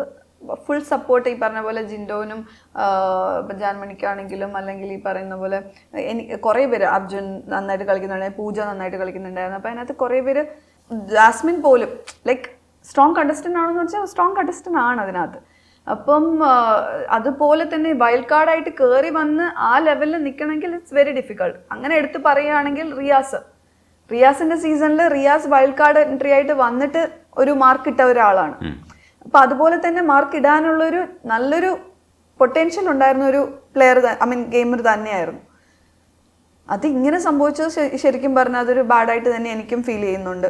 അത് വാട്ട് എവർ റീസൺ, അത് ജെനുവിൻ ആയിട്ടുള്ളൊരു റീസൺ കൊണ്ടാണ് പോയെങ്കിൽ കുഴപ്പമില്ല, അല്ലാതെ ആണെങ്കിൽ അതൊരു അൺഫെയർ തന്നെയാണ് എന്നുള്ളൊരു അഭിപ്രായമാണ് എനിക്ക്. അപ്പം അതിൽ അന്വേഷിക്കണം അതും എന്താണെന്നുള്ളത്. പിന്നെ ഉള്ളതെന്ന് പറഞ്ഞാൽ ഏഷ്യാനെറ്റിനെ നിങ്ങളിപ്പോൾ പിന്തുണച്ച് സംസാരിക്കുന്നു എന്നുള്ളതാണ്. ഇപ്പോൾ ഒരു പക്ഷം ഏഷ്യാനെറ്റിനെ എതിർത്ത് നിൽക്കുന്നവരുടെ പക്ഷത്തുള്ളവരാണ്. ഇങ്ങനെ രണ്ട് പക്ഷമായിട്ടാണോ ഈ വിഷയം കൈകാര്യം ചെയ്യേണ്ടത്? അത് ഇതിൻ്റെ ശരിക്കുള്ള ഫോക്കസ് പോയിന്റിലേക്ക് നമ്മൾ ഈ വിഷയത്തെ കൊണ്ടെത്തിക്കലാണോ വേണ്ടത്? ഇപ്പോൾ ശോഭ തന്നെ ടെലിവിഷനിലിരുന്ന് സംസാരിക്കുമ്പോൾ സ്കാറ്റേഡ് ആയിട്ടാണ് ശോഭ സംസാരിക്കുന്നതായിട്ട് എനിക്ക് തോന്നിയത്. കാരണം വിഷയത്തെ ഫോക്കസ് ചെയ്യാതെ ശോഭയ്ക്ക് ശോഭയുടേതായ സീസണിൽ സംഭവിച്ച ചില കാര്യങ്ങൾ കൂടെ പറയാൻ അതിനൊരു വേദിയായിട്ട് കൂടി ആ ടെലിവിഷനിൽ ഇപ്പോൾ ന്യൂസ് 18 സംസാരിച്ചത് കേട്ടപ്പോൾ എനിക്ക് തോന്നിയായിരുന്നു. അതെന്തുകൊണ്ടെന്ന് വെച്ചാൽ ഞാൻ പറയാം. അതായത് ഞാനിത് കയറുന്നതിന് മുമ്പ് ഞാൻ കുറച്ച് വീഡിയോസ് കണ്ടായിരുന്നു. അപ്പം കുറേ ആക്വിസിഷൻസ് ഇങ്ങനെ ഓരോരോ കാര്യങ്ങൾ പല പല മീഡിയയിൽ വരുന്നത് കണ്ടപ്പോഴത്തേക്ക് എനിക്കത് പറയണം, അതല്ല സംഭവിച്ചത്. അപ്പം അത് ശരിക്കും പറഞ്ഞാൽ എനിക്ക് പറയാനുള്ള ഇതിൻ്റെ ഉള്ളിൽ അത് കയറി. ഒബ്വിയസ്ലി നമ്മൾ അതെല്ലാം വിട്ടിട്ട് കളഞ്ഞിട്ട് ഒരു വർഷമായിട്ട് നമ്മൾ പീസ്ഫുള്ളി ഈ കിട്ടിയ ഒരു ഹാപ്പിനെസ് ഉണ്ടല്ലോ, ഈ കിട്ടിയൊരു ഹാപ്പിനെസ് എന്ന് പറഞ്ഞാൽ അതൊരു ഫെയിമിനെയും കാട്ടിയൊരു സ്നേഹമാണ്. ഇപ്പൊ എവിടെ പുറത്ത് പോയാലും ആൾക്കാരുടെ ഒരു റെക്കഗ്നിഷൻ, സ്നേഹമാണ്. ഞാൻ പറഞ്ഞ റെക്കഗ്നിഷൻ നിങ്ങളുടെ ഒരു എന്താ പറയുക, വല്ലാത്തൊരു നമ്മൾ ഇത്രത്തോളം അർഹിക്കുന്നുണ്ടോ എന്ന് പോലും നമുക്ക് തോന്നിപ്പോകും. അത്രത്തോളം ഒരു കെയറും സ്നേഹമാണ് നമുക്ക് കിട്ടുന്നത്. അത് കിട്ടിക്കൊണ്ടിരിക്കുന്ന സമയത്ത് ഒറ്റയടിക്കാണ് ഇങ്ങനെ ഒരു ബാഡ് ഒരു ഇതിലേക്ക് നമ്മളെ തള്ളിയിടുന്നത്. മനസ്സിലായില്ലേ? ആ തള്ളിയിടുന്നത് മാത്രമല്ല, അതിലൊരു എന്തെങ്കിലും ഒരു കാര്യമുണ്ടെങ്കിൽ ശരി, കാര്യം ഉണ്ടെങ്കിൽ എന്ന് വെച്ചാൽ നമ്മൾ കൂടെ നിൽക്കാൻ റെഡിയാണ്. പക്ഷെ അതിനുള്ള ക്ലാരിറ്റിയോടെ സംസാരിക്കാത്ത പക്ഷം ഈ പറഞ്ഞ പോലെ എല്ലാവരിലും അതൊരു കൊടുവാള് തന്നെയാണ് ഓരോരുത്തരുടെ തലയിൽ നിൽക്കുന്നത്.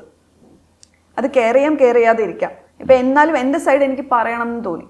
ഞാൻ അതുവരെ ബിക്കോസ് ഞാൻ 3 ദിവസം ഞാൻ പിടിച്ചിരുന്ന ഒരാളാണ്. സൈലൻസ് ഞാൻ കീപ്പ് ചെയ്ത് ഒരുപാട് പേര് എന്നെ വിളിച്ചിരുന്നു. കണ്ടസ്റ്റൻസ് ഒരുപാട് പേര് അവർക്ക് ഒരു കേസായിട്ട് തന്നെ മുമ്പോട്ട് പോകണമെന്ന് പറഞ്ഞ് പലരും എന്നെ വിളിച്ചിട്ടുണ്ട്, ഇൻക്ലൂഡിങ് ദേവു എന്നെ വിളിച്ചിട്ടുണ്ട്. ബിക്കോസ് ദേവും ഞാനും അധികം സംസാരിച്ചിരുന്ന ആളല്ല. ഈ ഒരു കാരണം പറഞ്ഞ്, അതായത് സംസാരിക്കാതിരുന്ന 2 പേര് പോലും ഈ ഒരു കാരണം പറഞ്ഞ് എന്നെ വിളിച്ചിട്ട് പറഞ്ഞു. ബിക്കോസ് ഓൺലൈൻ, അതായത് സോഷ്യൽ മീഡിയ ഇൻഫ്ലുവൻസർ ആണ് ദേവു. അപ്പൊ അതൊരു അന്നമാണ് അവൾക്ക്. അപ്പൊ അതിൽ കയറി ഇങ്ങനെ അതിന് ഒരുപാട് എഫക്റ്റ്. അപ്പൊ ഒരുപാട് പേരുടെ മാനസികമായിട്ട് മാത്രമല്ല പ്രൊഫഷനെ അത് ബാധിച്ചിട്ടുണ്ട്. That is bad, right? അപ്പോൾ അതിന് വേണ്ടിയിട്ടും കൂടിയാണ് ഞാൻ സംസാരിച്ചത് വന്ന്. ഇനി എത്ര ത്രെറ്റല്ല, ഇനി എന്തൊക്കെ വന്നാലും, ഇനി എന്നെ എന്തൊക്കെ ചെയ്ത് കളയുമെന്ന് പറഞ്ഞാലും ഐ ഡോണ്ട് കെയർ. എനിക്ക് പറയാനുള്ളത്, ഞാൻ എവിടെ ഇരുന്നാലും സ്ട്രോങ് ആയിട്ട് ഞാൻ സംസാരിക്കാൻ, as long as I have not done anything wrong, I will. അത് ഞാൻ ഒരുപാട് ചെയ്തിട്ടുണ്ട്, അറിയാലോ. എൻ്റെ ഞാൻ കേസിന്റെ വിഷയത്തിലാണെങ്കിൽ അവരൊക്കെ കോടീശ്വരന്മാരാണ്. ഒരുപാട് അങ്ങനത്തെ ആൾക്കാരുടെ ഓപ്പോസിറ്റും, അതുപോലെ ഗോവയിൽ പോയി ഞാൻ ചെയ്തിട്ടുള്ള കാര്യമാണെങ്കിലും മാഫിയുടെ ഒരുപാട് കാര്യങ്ങൾ എൻ്റെ ലൈഫിൽ എൻ്റെ എക്സ്പീരിയൻസിലൂടെ ഞാൻ അത് നേടിയെടുത്ത ഒരു കാര്യമാണ്. ആ ഒരു ഇരുന്ന് സംസാരിക്കാൻ പറ്റുന്ന സ്ട്രെങ്ത് ആൻഡ് കറേജ് എന്ന് പറയുന്നത്. അത് ഇങ്ങനത്തെ ഓരോ കാര്യത്തിൽ ഞാനിപ്പോൾ സംസാരിച്ചില്ലെങ്കിൽ പിന്നെ ഞാൻ എപ്പോൾ സംസാരിക്കാൻ പോകുന്നു. ഇപ്പോൾ ജാൻമണിയുടെ കമൻറ്റ് ബോക്സിൽ വന്നിട്ട് അഖിൽമാരർ കമൻറ്റ് ചെയ്തതിനകത്ത് ഒരു മോശം ഒരു കാര്യം ഉണ്ടായി. എനിക്ക് തോന്നുന്നു ഒരു അഖിൽ തന്നെ ആ വിഷയത്തിൻ്റെ ഫോക്കസ് നഷ്ടപ്പെടുന്ന രീതിയിലാണ് സംസാരിച്ചു കൊണ്ടിരിക്കുന്നതെന്ന് എനിക്ക് ഫീൽ ചെയ്യുന്നുണ്ട്. ആ കമൻറ്റ് വായിച്ചപ്പോൾ ഞാൻ അത്ഭുതപ്പെട്ടു പോയി. അയ്യോ, അത് എനിക്ക് അത്ഭുതം എന്നല്ല, ഒരാളെ പറ്റി, ഒരു വ്യക്തി എന്തോ ആട്ടെ, അത് ട്രാൻസ് വുമൺ ആവട്ടെ, ഒരു ഹ്യൂമൻ ബീങ്ങിനെ പറ്റി എങ്ങനെ ഇത് പറയാൻ തോന്നും? ഒരു പ്രൊഫഷനെ പറ്റി, ഒരു കമ്മ്യൂണിറ്റീനെയാണ് അത് പറഞ്ഞിരിക്കുന്നത്. അതായത് ആർട്ടിസ്റ്റിൻ്റെ ഇലനക്കി, ലൈക്ക് എന്താ എച്ചില് കഴിക്കുന്ന. ശോഭ, അത് കറക്റ്റ് ചെയ്യാൻ വേണ്ടിയിട്ട് ഞാൻ ഒന്നത് എടുക്കുകയാണ് കേട്ടോ. ആ സെൻറ്റൻസ് വിട്ടുപോകാതിരിക്കാൻ വേണ്ടിയിട്ട്. അതിന് ഗൗരവമുള്ള കാര്യമാണ്. ആർട്ടിസ്റ്റുകളുടെ എച്ചിൽ തിന്ന് ജീവിക്കുന്നവരുടെ ക്ലാസ് കൊണ്ട് എൻ്റെ അടുത്ത് വന്നാൽ തപ്പിത്തടഞ്ഞ് പറയുന്ന മലയാളം പോലും പിന്നെ വായിൽ നിന്ന് വരില്ല എന്നാണ്. സിനിമ സെറ്റിൽ ചെന്നാൽ ആർട്ടിസ്റ്റുകളുടെ വിയർപ്പ് തൂത്ത് നടക്കുന്ന മണിക്ക് ആ സിനിമ ഉണ്ടാക്കിയെടുക്കുന്ന എഴുത്തുകാരൻ്റെയും സംവിധായകൻ്റെയും ഏഴയലത്ത് വന്ന് നിൽക്കാനുള്ള യോഗ്യത ഉണ്ടോ എന്നാണ് ചോദിക്കുന്നത്. ഇതിവിടെ ഈ കമൻറ്റ് വായിക്കുന്നതിനൊരു കാരണം എന്താണെന്ന് ചോദിച്ചാൽ, ഇത് ഡിലീറ്റ് ചെയ്യപ്പെട്ട ഒരു കമൻ്റാണ്. പക്ഷേ ഇങ്ങനെയാണ് പ്രതികരണം പോകുന്നത്. അത് കഴിഞ്ഞിട്ട് തിരുത്തൽ വരുമ്പോഴത്തേക്കും ഇത് പ്രചരിച്ച് കഴിഞ്ഞു എന്നുള്ളതാണ്. ഇപ്പം അതെനിക്ക് കിട്ടിക്കഴിഞ്ഞു എന്നുള്ളത് കൂടെ പറയാൻ വേണ്ടിയിട്ടാണ് ഞാൻ ഈ കമൻറ്റ് വായിച്ചത്. ഇത് ഗൗരവമുള്ളൊരു കാര്യമാണ്, വളരെ ഗൗരവമുള്ളൊരു കാര്യമാണ്. ഇപ്പം ഈ പറഞ്ഞ പോലെ കുഞ്ഞിലെ മീൻ വിറ്റിട്ടുണ്ട്, അല്ലെങ്കിൽ മാങ്ങ വിറ്റിട്ടുണ്ട്, അതൊക്കെ ചെയ്തൊരു വ്യക്തി ഇതിനെക്കുറിച്ച് സംസാരിക്കാൻ പാടില്ല. ബിക്കോസ് എല്ലാ തൊഴിലിനും അതിൻ്റെതായ മാന്യതയുണ്ട്, നമ്മൾ റെസ്പെക്റ്റ് ചെയ്യേണ്ടത് ഇതാണ്. ഇപ്പം ഞാൻ എൻ്റെ സാരി എന്ന് പറഞ്ഞാൽ എന്നെ കുറേ കളിയാക്കാറുണ്ടല്ലോ. എൻ്റെ കൂടെ ഉള്ള സ്റ്റാഫ്, ക്ലീനിങ് സ്റ്റാഫിൻ്റെ സാരി കൊടുത്ത് അവരെനിക്കൊരു ഇൻസ്പിറേഷൻ ആണെന്ന് പറഞ്ഞ വ്യക്തിയാണ് ഞാൻ. അതുപോലെ തന്നെ നമ്മൾ ഓരോരുത്തരെയും, ഓരോ ജോലിക്കും അതിൻ്റെതായ മാന്യത. അതിന് ഇങ്ങനെ ഒരു ടാഗ് കൊടുത്തത് അത് ഭയങ്കര ഒരു തെറ്റ് തന്നെയാണ്. അത് ആൾക്കത് വിനയായിട്ട് വരും എന്ന് മനസ്സിലാക്കിയതുകൊണ്ട് തന്നെയായിരിക്കും പറഞ്ഞാൽ എന്ന് അതിൽ നിൽക്കണം. അത് ഡിലീറ്റ് ചെയ്യാൻ പോകുന്നത് എന്തിനാണ്? അല്ല, അത് പോസിറ്റീവായിട്ടുള്ള കാര്യമായിട്ട് നമുക്ക് കരുതാം. തെറ്റുപറ്റിയാൽ തിരുത്തണമല്ലോ. അതിന് അപ്പോളജൈസ് ചെയ്തോ, അത് അങ്ങനെയാണ് തിരുത്തേണ്ടത്. അല്ലാതെ ഒരു സ്റ്റേറ്റ്മെന്റ് ഒരാളെ ഇട്ടിട്ട് ആ കമന്റ് എടുത്ത് ഡിലീറ്റ് ചെയ്യല്ല. പറഞ്ഞു പോയെന്ന് തിരുത്താണെങ്കിൽ അപ്പോളജി ചെയ്യണം. ഞാൻ അങ്ങനെ പറഞ്ഞു പോയി, ക്ഷമിക്കണം. ചെയ്തോ? അത് അഖിൽ ചെയ്യുമെന്ന് പ്രതീക്ഷിക്കാം. ഒരു കാര്യം കൂടെ ഉള്ളത്, ക്ലാരിറ്റി വരുത്തേണ്ട കാര്യം, ബിഗ് ബോസിനകത്ത് പോകാൻ സമയത്ത് ശോഭയുടെ വീട്ടുകാർ ശോഭയെ വിട്ടിട്ടുണ്ടായിരുന്നില്ല. ഈ വീഡിയോയിൽ തന്നെ ആ കാര്യവും കൂടെ അഖിൽ പറഞ്ഞു പോകുന്നുണ്ട്. അത് ശരിക്കും ശോഭയെ വിടാതിരുന്നൊരു സാഹചര്യം ഉണ്ടായിരുന്നോ? ശോഭ ഫോഴ്സ്ഫുള്ളി ആണോ പോയത്? അല്ല, ഞാൻ പറഞ്ഞില്ലേ, കഴിഞ്ഞ മുമ്പത്തെ സീസണിൽ എന്നെ വിളിച്ചപ്പോൾ കേസിൻ്റെ കാര്യങ്ങളും പലതും കൊണ്ടിട്ട് അവർക്ക് അത്ര ഇൻട്രസ്റ്റ് ഉണ്ടായിരുന്നില്ല ഞാൻ പോകുന്നതിനോട്. പക്ഷെ ഞാൻ പറഞ്ഞില്ല, എനിക്ക് പ്രൂവ് ചെയ്യണമായിരുന്നു. അപ്പം ഞാൻ അടുത്ത വർഷം ഞാൻ പോയപ്പോൾ എൻ്റെ ഷോ കണ്ടു, ഞാൻ ചെയ്ത കാര്യങ്ങളൊക്കെ കണ്ടു. എൻ്റെ അച്ഛനും അമ്മയ്ക്കും ഒരു ഫാമിലി റൗണ്ടിൽ വന്നപ്പോൾ ഇതുപോലൊരു പ്രൗഡായിട്ടുള്ളൊരു മൊമെൻ്റ് എൻ്റെ അച്ഛനും അമ്മയ്ക്കും കൊടുക്കാൻ പറ്റിയിട്ടില്ല. എൻ്റെ ബ്രദർ തന്നെയാണ് അവരെ എയർപോർട്ടിലും കൊണ്ടുവിട്ടത്. എൻ്റെ ബെസ്റ്റ് ഫ്രണ്ടാണ് അന്ന് വന്നത്. അപ്പോൾ ഇത്രയും സപ്പോർട്ട് എനിക്ക് കിട്ടിയിട്ടുണ്ട്. ഇന്നും അതിനെക്കുറിച്ച് എല്ലാവരും സംസാരിക്കുന്നുണ്ട്, ഇന്നും ആ വീഡിയോ എടുത്ത് കാണുന്നുണ്ട്, ഇന്ന് ഞാൻ അത് കാണുമ്പോൾ എൻ്റെ കണ്ണ് നിറയുന്നുണ്ട്. അപ്പം അത്രയ്ക്ക് പ്രൗഡോട് കൂടിയാണ് ഞാൻ ആ ബിഗ് ബോസിൽ നിന്ന് ഇറങ്ങുന്നത്, 100 ദിവസം കംപ്ലീറ്റ് ചെയ്ത് വിത്ത് ഓഡിയൻസ് സപ്പോർട്ട് അല്ലേ. അപ്പം അതിനെ ഒരിക്കലും പിന്നെ അത് സപ്പോർട്ട് ചെയ്തില്ല എന്നൊന്നും ഒരിക്കലും പറയരുത്. നമുക്ക് പ്രൂവ് ചെയ്യാം. അതാണ് ഞാൻ പറഞ്ഞത്, വീണ്ടും വീണ്ടും പറയാണ്, നമുക്ക് പ്രൂവ് ചെയ്യാൻ കിട്ടുന്ന ഒരു നല്ലൊരു പ്ലാറ്റ്ഫോമാണ് ബിഗ് ബോസ്. അതിനെ ഒരിക്കലും അതൊരു മൊത്തത്തിലൊരു ബാഡ് ആണെന്നുള്ളൊരു രീതിയിലേക്ക്, ആംഗിളിലേക്ക് ആക്കി ദയവ് ചെയ്ത് തീർക്കരുത്. ബിക്കോസ് ഇനിയും എന്നെ പോലുള്ള സ്ത്രീകൾക്കും എന്നെ പോലത്തെ കുട്ടികൾക്കും വന്ന് അവരുടെ കഴിവുകളും തെളിയിക്കണം. അതുപോലെ തന്നെ അവർക്ക് പറയാനുള്ള മെസ്സേജ് കൊടുക്കാൻ പറ്റണം ഓഡിയൻസിന്. അതിലൊരു മാറ്റം, സൊസൈറ്റിക്ക് ഒരു മാറ്റം, അതാണ് മെയിൻ കാര്യം. ഒരു ചേഞ്ച് നമുക്ക് ഉണ്ടാക്കാൻ പറ്റണം ബിഗ് ബോസ് വഴി. റിയാക്ഷൻ വീഡിയോസ് ഒരുപാട് വരുന്നുണ്ട്. അപ്പോൾ റെമ്യൂണറേഷനെ കുറിച്ച് സംസാരിക്കുന്ന കമ്പാരിസൺ വീഡിയോയിൽ ഒന്നിൽ ഒരു പ്രമുഖനായിട്ടുള്ള അതിൽ ഷോ നടത്തിപ്പുമായിട്ട് ബന്ധപ്പെട്ട് നിൽക്കുന്ന ഒരു പ്രമുഖനുമായിട്ട് ബന്ധം ശോഭയ്ക്കുണ്ടെന്നും അയാളുടെ ആരുടെയോ മറ്റോ കല്യാണത്തിന് ശോഭ പോയതുമായിട്ട് ബന്ധപ്പെട്ടൊരു ഐഡിയ പറയുന്നുണ്ട്. എനിക്കത് കൃത്യമായിട്ട് പറഞ്ഞു തരാൻ അറിയില്ല, കാരണം അതിനകത്ത് തന്നെ ഒരു ക്ലാരിറ്റി ഇല്ലായ്മയുണ്ട്. പക്ഷെ അതേ പറ്റിയിട്ട് എന്താണ് ശോഭയ്ക്ക് അറിയാവുന്നത്, ഇല്ലെങ്കിൽ എന്താണ് യഥാർത്ഥത്തിൽ ഇതിനകത്ത് ഇപ്പൊ പറയുന്ന ഇപ്പം ഏഷ്യാനെറ്റിന്റെ ഒരു ഈ പറഞ്ഞ പോലെ മുകളിലിരിക്കുന്ന ഒരാളുടെ മകളുടെ അല്ലെങ്കിൽ മകന്റെ കല്യാണത്തിന്റെ വിഷയമാണ് പറയുന്നതെങ്കിൽ, ഒന്ന്, ഞാൻ ആ കല്യാണത്തിന് പോയിട്ടില്ല. ആ കല്യാണമായിട്ട് ഞാൻ അത്രയ്ക്ക് ഒരു വീഡിയോ ഞാനും കണ്ടായിരുന്നു. അതിനകത്ത് എൻ്റെ പേരെടുത്ത് പറഞ്ഞതുകൊണ്ടാണ്, മനസ്സിലായില്ല. അല്ലെങ്കിൽ ഏതെങ്കിലും മത്സരാർത്ഥി എന്ന് പറയാം, എൻ്റെ പേര് ആ വീഡിയോയ്ക്കകത്ത് ആ യൂട്യൂബർ ഇട്ടിട്ടുണ്ട്. അപ്പൊ അതിൽ പറയുന്നത് ഇത് തന്നെയാണ്. അവരുമായിട്ട് ഞാൻ എല്ലാ കാര്യങ്ങൾക്കും അത് ആരോ എഴുതി കൊടുത്തതുപോലെയാണ് എനിക്ക് തോന്നിയത്. അതിനകത്ത് ഓരോരോ പോയിന്റ്സ് വെച്ചിട്ട് പറഞ്ഞത് ആരോ ഇതിൽ നിന്ന് ആരോ നല്ല ഇതിനകത്ത് വേറെ ആരും ഉണ്ടാവില്ലല്ലോ, കൊടുത്തത് തന്നെയാണ്. ഞാൻ അതിനകത്ത് ഓൾ ഇൻ ഓൾ ആയിട്ട് നിന്ന് ആ കല്യാണം ആ ഇതിൻ്റെ ഡ്രസ്സിൻ്റെ കാര്യമാണെങ്കിലും എനിക്ക് ആർക്ക് വേണമെങ്കിലും ചെയ്തു കൊടുക്കാം.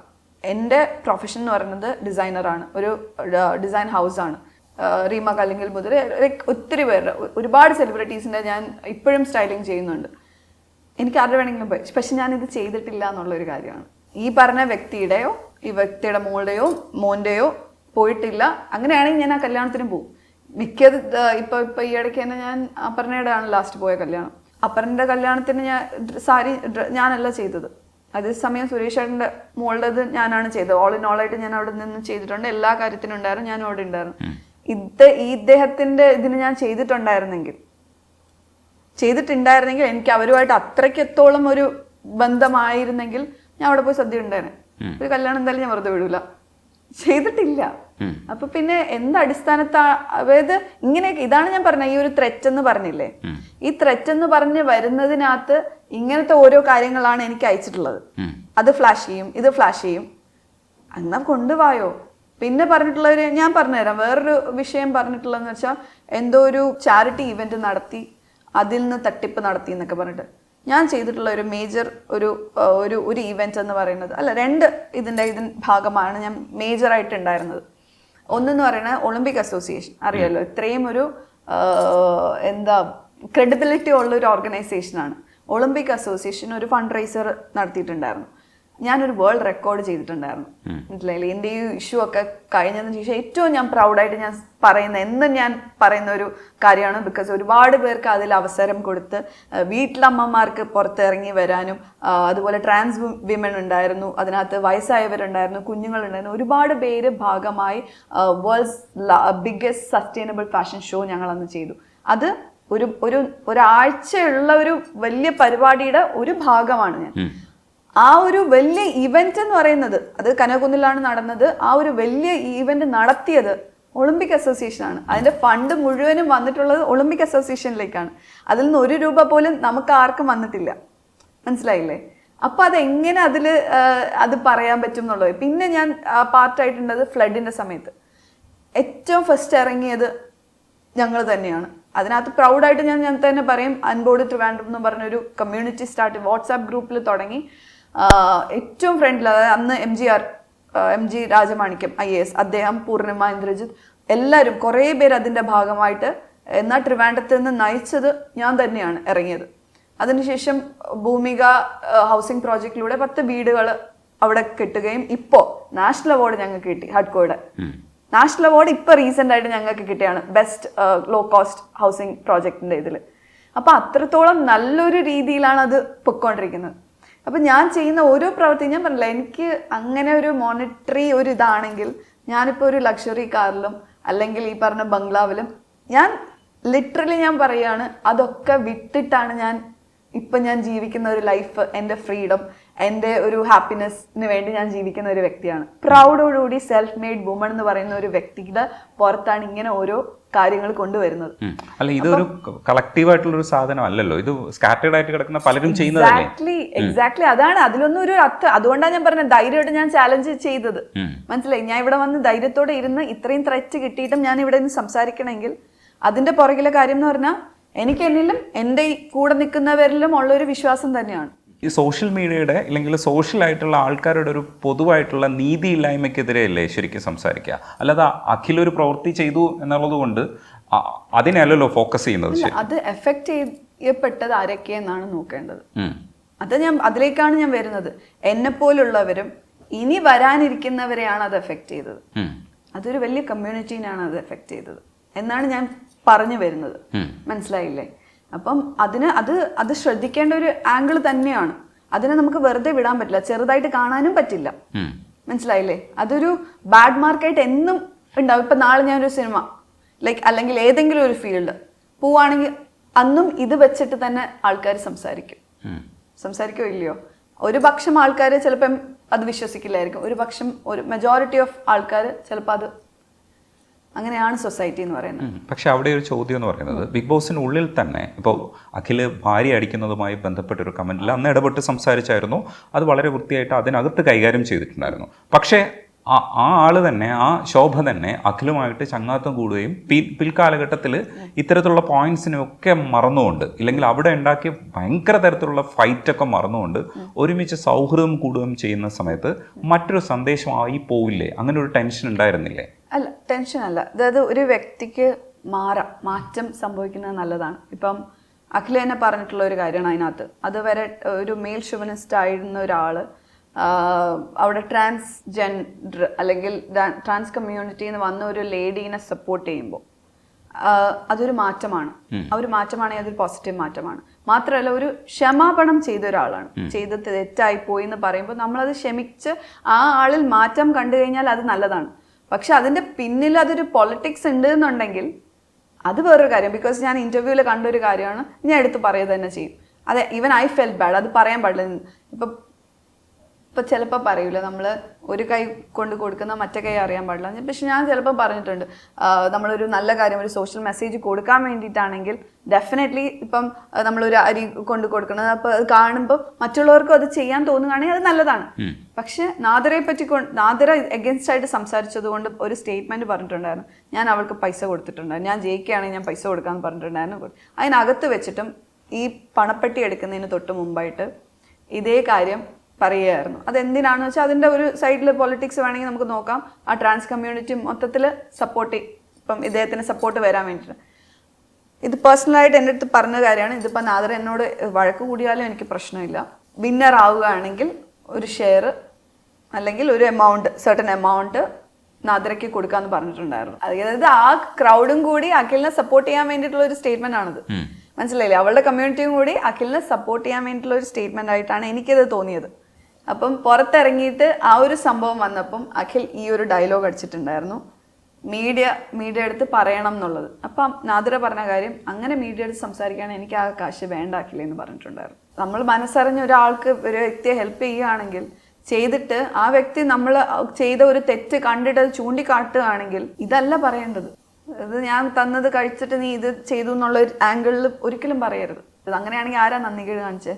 ഫസ്റ്റ് ഏഷ്യാനെറ്റിനെ പറ്റി കുറ്റം പറയുകയും ബിഗ് ബോസ് ഷോയിലേക്ക് വരുന്നത് അതിനേയും കാട്ടി ഭേദമാണ് ലുലു മോളിൽ പോയി മുണ്ട് പൊക്കി നിൽക്കുന്നതെന്ന് പറഞ്ഞ വ്യക്തി, അതായത് ഒരു പ്രോഗ്രാം അത് കൊള്ളില്ല, മോശമാണെന്ന് പറഞ്ഞ വ്യക്തി, അതേ വ്യക്തി ഒരു പ്രോഗ്രാമിലേക്ക് എനിക്ക് പങ്കെടുക്കണം അതിന്റെ ഫെയിം കാരണം.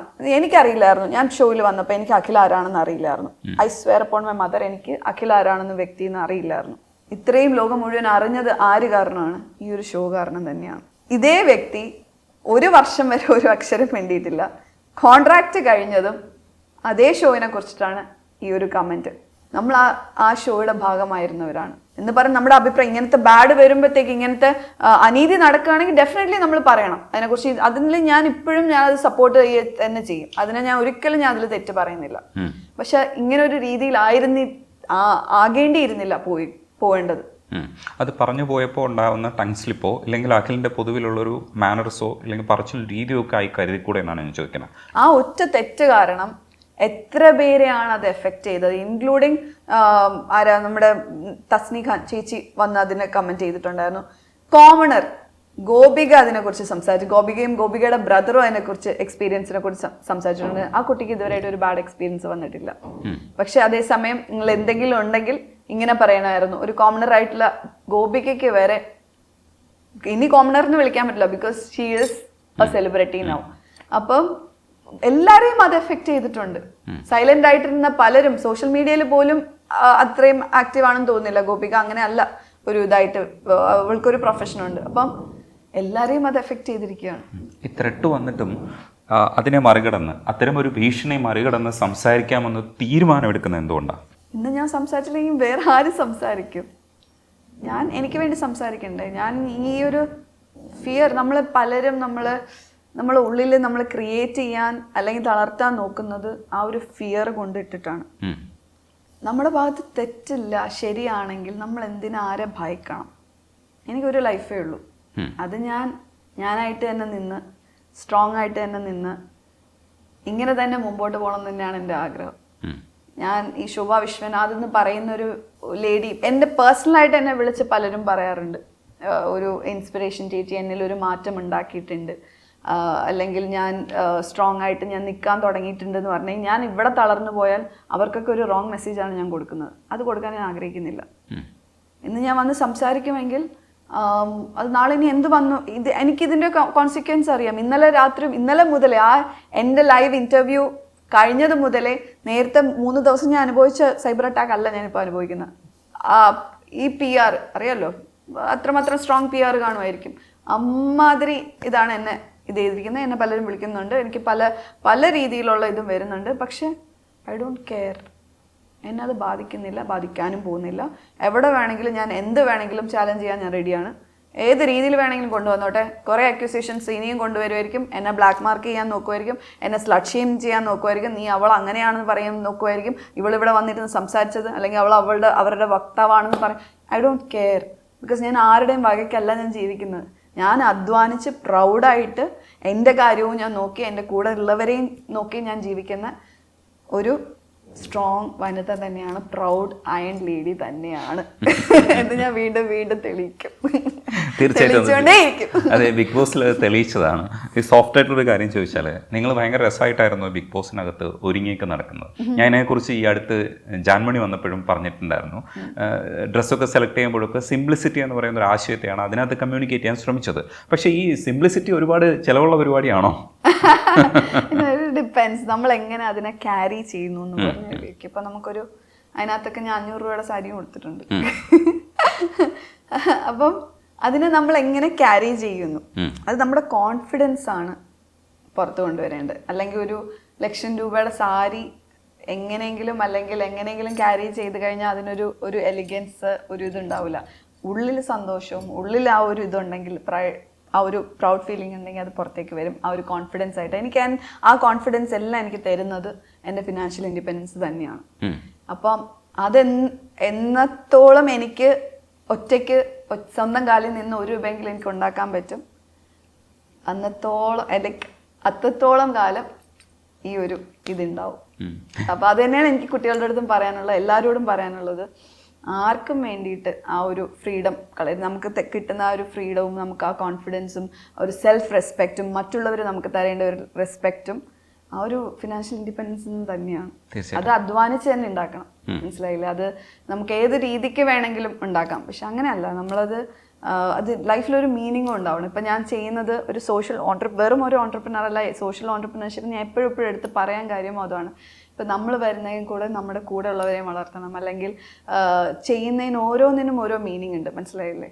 ഞാൻ എൻ്റെ ഇതിൽ ഞാൻ ഓരോ മെസ്സേജാണ് ഞാൻ കൊടുക്കാൻ ഉദ്ദേശിക്കുന്നത്, ഒരു പോസിറ്റീവ് മെസ്സേജ്. അതാണ് എനിക്ക് ഈ ഒരു ആഴ്ച അല്ലെങ്കിൽ ഇതിന് ശേഷം എനിക്ക് തോന്നുന്നു ഈ ഒരു 1 year ആയിട്ട് ഒരുപാട് വിന്നയും ചാലഞ്ചസിലൂടെയൊക്കെ ഞാൻ ഒരുപാട് കടന്നു പോയായിരുന്നു. പക്ഷെ ഈ ഒരു 3 അല്ലെങ്കിൽ ഈ ഒരു ആഴ്ച എന്ന് പറയുന്നത് ഭയങ്കര നെഗറ്റിവിറ്റി ആയിരുന്നു. ഭയങ്കര നെഗറ്റീവ്. ആ നെഗറ്റിവിറ്റിയിലേക്ക് നമ്മളെ തള്ളിവിട്ടത് ആരാണ്? ഒറ്റ വ്യക്തിയുടെ ഒരു സ്റ്റേറ്റ്മെന്റ് കൊണ്ടാണ് ഇത്രയും പേരെ അത് ഭയങ്കരമായിട്ട് അത് എഫക്ട് ചെയ്തിരിക്കുന്നത്. അതിലേക്ക് ശോഭ പോകുന്നതിന് മുമ്പ് വേറൊരു കാര്യം കൂടെ ചോദിച്ചോട്ടെ. ഇപ്പം മോഡേൺ എന്ന് നമ്മൾ കരുതുന്ന എല്ലാ ഡ്രസ്സും മോഡേൺ ആണ്, നമ്മൾ സാരി ഉപയോഗിക്കുമ്പോഴും മോഡേൺ ആണ്, മോഡേൺ രീതിയിലാണ്. അതെ, എല്ലാ ഡ്രസ്സും ഇട്ടാലും യോജിക്കുമ്പോഴും പലപ്പോഴും കാണുന്നത് ശോഭയുടെ ഐഡന്റിറ്റി ആയിട്ട് കാണുന്നത് സാരിയാണ്. അത് എന്തുകൊണ്ടായിരിക്കും അങ്ങനെ തന്നെ ഒരു നമ്മുടെയൊക്കെ മനസ്സിൽ അങ്ങനെ തോന്നിപ്പിക്കേണ്ടത്?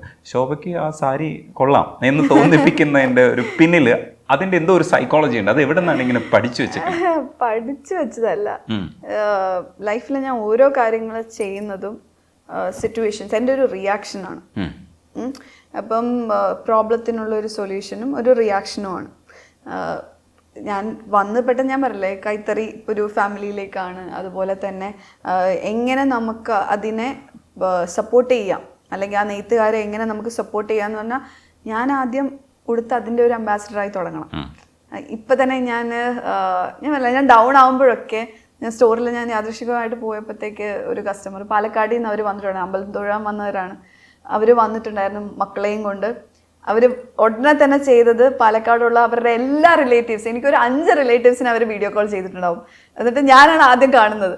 അപ്പൊ അവരുടെ ഒരു റിയാക്ഷനും അവരുടെ അമ്മമാരുടെയും അവരുടെയൊക്കെ ഒരു സന്തോഷവും സപ്പോർട്ടും, അതിനോടുകൂടി ഏറ്റവും കൂടുതൽ അവർ പറഞ്ഞ കാര്യം വെച്ചാൽ ഞങ്ങൾ സാരി ഉടുത്ത് തുടങ്ങി. ഞങ്ങൾ സാരി ഉടുത്ത് കഴിഞ്ഞു, ജോബിനെ കണ്ടിട്ട് ഞങ്ങൾ സാരി ഉടുത്ത് തുടങ്ങി എന്ന് പറയുമ്പോഴത്തേക്കുള്ള ഒരു സന്തോഷം, അത് തന്നെയാണ് എനിക്ക് വേണ്ടിയിരുന്നത്. ഒരു മെസ്സേജ് ടു ലൈക്ക് ഇതിനെ റിവൈവ് ചെയ്ത് നമ്മൾ ഇതിനെ മുമ്പോട്ട് കൊണ്ടുപോകണം. അടുത്ത ജനറേഷൻ നമ്മൾ കൊടുക്കണം അല്ലേ. ഇത് കുറഞ്ഞു ഇപ്പം റെഡിമെയ്ഡ് സാരീസായി, കുറച്ച് കഴിയുമ്പോൾ അതും മറക്കും. അപ്പം അത് നമ്മുടെ കയ്യിലാണ്. നമ്മൾ ബാക്ക് ടു ദ റൂട്ട്സ് നമ്മൾ പോകണം. അതിനെ നമുക്ക് അടുത്ത ജനറേഷനിലേക്ക് കൊണ്ടുവരണം. It's our responsibility too. അപ്പം അതെൻ്റെ ഒരു റെസ്പോൺസിബിലിറ്റിയാണ്, എൻ്റെ ഒരു റിയാക്ഷനാണ്. പക്ഷേ ഇതിൻ്റെ ഒരു സുഖം കിട്ടുന്നത് ഇപ്പോൾ നമ്മൾ ഉടുത്തുരുങ്ങിയിട്ട് നല്ലൊരു നീളമുള്ളൊരു കണ്ണാടിയുടെ മുമ്പിൽ നിന്ന് നോക്കുമ്പോഴത്തേക്കും നമുക്ക് കിട്ടുന്ന ഒരു ആത്മവിശ്വാസം ഉണ്ടാവും. അതിനപ്പുറത്തേക്ക് നമ്മൾ ചില ഫോട്ടോസൊക്കെ എടുക്കുമ്പോൾ ഉണ്ടാവും, പിന്നെ ചിലർക്ക് വന്നിട്ട് കമൻറ്റ് ചെയ്യുമ്പോൾ ഉണ്ടാവും. ഇതിൻ്റെയൊക്കെ ആകെ തുകയാണ്. പക്ഷേ എങ്കിലും ഒരു ക്ലിക്ക് പോയിന്റ് ഉണ്ടാവും, ഒരു ഹൈ ഉണ്ടാവും, എവിടെയോ ഒരു ഹൈ കിട്ടുന്നുണ്ട്. എനിക്ക് മനസ്സിലാവുന്നത് ശരിക്കും ശോഭസുന്ദരിയാണെന്ന് ശോഭ വിശ്വസിക്കുന്നിടത്തൊരു ഹൈ കിട്ടുന്നുണ്ട്. ആ ഹൈയുടെ കൂടെ പ്രതിഫലനമാണ് ഒരുപക്ഷെ നമ്മളൊക്കെ ശോഭസുന്ദരിയാണെന്ന് പറയുന്നത്. അപ്പോൾ എവിടെയാണ് ശരിക്കും അതിൻ്റെ പോയിന്റ് കിടക്കുന്നത്? അത് ഇപ്പം ഞാൻ വന്നിട്ട് ശോഭയെടുത്ത് പറയാണ് ശോഭസുന്ദരിയാണെന്ന് പറയുമ്പോൾ ശോഭ സന്തോഷിക്കുന്നതാണോ, അത് ശോഭയ്ക്ക് തന്നെ പ്രൗഡായിട്ട് തോന്നുന്ന ഒരു മൊമെന്റ് ഉണ്ടാവില്ല? ഒരു ദിവസം ഒരു സാരി എടുത്തു കഴിഞ്ഞാൽ എവിടെയാണ് കൂടുതൽ ഹൈ? അതൊരു സെൽഫ് ലവ് ആണ്. ഇപ്പം comfort, definitely comfort and style എന്നുള്ളൊരു കാര്യമുണ്ട്. നമുക്കത് ഭയങ്കര എൻ്റെ ഒരു സെക്കൻഡ് സ്കിന്നായിട്ട് മാറിയിട്ടുണ്ട് സാരി എന്ന് പറഞ്ഞാൽ. പെട്ടെന്ന് ഉടുക്കാൻ പറ്റും, അതുപോലെ തന്നെ ഭയങ്കര കംഫർട്ടബിൾ. അതിട്ട് ഓടാനാണെങ്കിലും ഞാൻ റെഡിയാണ്. പക്ഷെ എനിക്ക് ഏറ്റവും കൂടുതൽ ഇത് ഹൈ തരുന്നതെന്ന് പറഞ്ഞാൽ അത് കൊടുക്കുന്ന ഒരു മെസ്സേജ് ഉണ്ടല്ലോ. ഞാൻ കമ്മ്യൂണിക്കേറ്റ്, എൻ്റെ ഓരോ സാരികളും എൻ്റെ ക്യാൻവാസ് ആണെന്ന് ഞാൻ എപ്പോഴും പറയും. അപ്പം ഒരു മെസ്സേജ് എപ്പോഴും എന്തെങ്കിലുമൊക്കെ ഞാൻ കൊടുക്കാറുണ്ട്.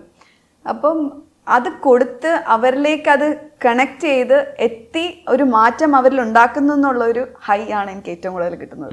പിന്നെ ഒബ്വിയസ്ലി ഞാൻ എപ്പോഴും വിചാരിക്കണം ഞാൻ സുന്ദരി തന്നെയാണ്, ഇൻസൈഡ് ഔട്ട്. അത് ഉള്ളിൽ എനിക്കത് ഡൗൺ ആണെങ്കിൽ കാണുമ്പോൾ, ഞാൻ മിറർ കാണുമ്പോൾ ചിലപ്പോൾ എനിക്ക് സന്തോഷം വന്നൊന്നും വരില്ല. ഞാൻ ഇനി എന്തിട്ടാലും എനിക്കതൊരു ഉള്ളിലെ ഹാപ്പിനെസ് തന്നെയാണ് നമ്മുടെ പുറത്തും കാണുന്നത്. ശോഭ ഞാൻ ശരിക്കും ശ്രദ്ധിക്കുന്നത്, ഞാൻ മുമ്പും പറഞ്ഞിട്ടുണ്ട്, ആ റൗണ്ടിനകത്ത് എല്ലാവരും കൂടെ നിൽക്കുന്ന ഒരു ടാസ്ക് ഉണ്ടായിരുന്നു. അന്ന് അത് കുറച്ച് ഭയങ്കര ബുദ്ധിമുട്ടുള്ളൊരു പരിപാടിയായിരുന്നു. മീതെ ഇങ്ങനെ ഇരിക്കുന്ന ഒരു അവസ്ഥയിലും ശോഭ അവസാനം വരെ പിടിച്ചു നിന്നപ്പോൾ അന്നാണ് എൻ്റെ മനസ്സിൽ കയറി പറ്റിയത്. അപ്പോൾ ഞാൻ വിചാരിച്ചു ഈ പെണ്ണ് കൊള്ളാലോ, ഭയങ്കര രസമായിട്ടാണല്ലോ, സ്പിരിറ്റോടുകൂടി കളിക്കുന്നത്. ഞാനാണെങ്കിൽ പണ്ടാരം പിന്മാറുമായിരുന്നു എന്ന് വിശ്വസിക്കുന്നിടത്ത് അത്ലറ്റിക്സ് ഒക്കെ ചെയ്തിട്ടുള്ള ഒരാളാണ് ഞാൻ. പക്ഷേ ഇന്നത്തെ എൻ്റെ ഒരു ബോഡി കണ്ടീഷനും മാനസികാവസ്ഥയും വെച്ചിട്ട് അയ്യോ ഞാൻ പിന്മാറുമായിരുന്നു എന്നാണ് ഞാൻ അത് കാണുമ്പോൾ നോക്കിയത്. പക്ഷെ അതൊന്നും അല്ലാത്ത ശോഭ അവിടെ നിന്നിട്ട് പെർഫോം ചെയ്യുന്ന കണ്ടപ്പോൾ മനസ്സിൽ കയറിപ്പറ്റി. അവിടെയൊക്കെ പിടിച്ചു നിൽക്കുമ്പോൾ മനസ്സിൽ എന്തായിരുന്നു ഒരു ഇൻസ്പിറേഷൻ എലമെന്റ് ആയിട്ട് കരുതിയത്? എനിക്ക് കിട്ടിയൊരു അവസരം, മനസ്സിലായില്ലേ? And the message. ഞാൻ എപ്പോഴും അതാണ് ഞാൻ ചിന്തിക്കുന്നത്. ഞാൻ എന്തിനാണ് ഞാൻ അവിടെ വന്നത്?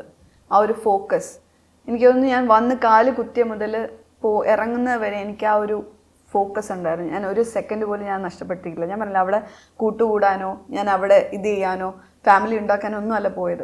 ഞാൻ പോയൊരു ഉദ്ദേശമുണ്ട്, സോളിഡ് ഉദ്ദേശം. എന്താണ് എനിക്ക് കമ്മ്യൂണിക്കേറ്റ് ചെയ്യേണ്ടത്? ആ ഒരു ഇമ്പാക്റ്റ് എനിക്ക് ഉണ്ടാക്കണം. അത് കിട്ടുന്ന ഒരു ചെറിയ അവസരം പോലും ഞാനത് നഷ്ടപ്പെടുത്തിയിട്ടില്ല. അവിടെ ഞാൻ പ്രൗഡോടുകൂടി ഞാൻ പറയും എല്ലാ കാര്യവും. അത് മാത്രമല്ല, ഒറിജിനലായിട്ട് നിന്നു എന്നുള്ളൊരു കാര്യം അല്ലേ. അതെൻ്റെ ബാഡ് ആണെങ്കിലും നല്ലതാണെങ്കിൽ എല്ലാ വർഷവും ഞാൻ അവിടെ കാണിച്ചിട്ടുണ്ട്. എൻ്റെ എല്ലാ ഇമോഷൻസും ഞാൻ അവിടെ കാണിച്ചിട്ടുണ്ട്. ആ ഗെയിമിലാണെങ്കിൽ പോലും ഞാൻ അവസാനം എന്നിട്ടും ഞാൻ വിട്ടിട്ട് പോകാൻ റെഡി ആയിട്ടില്ല.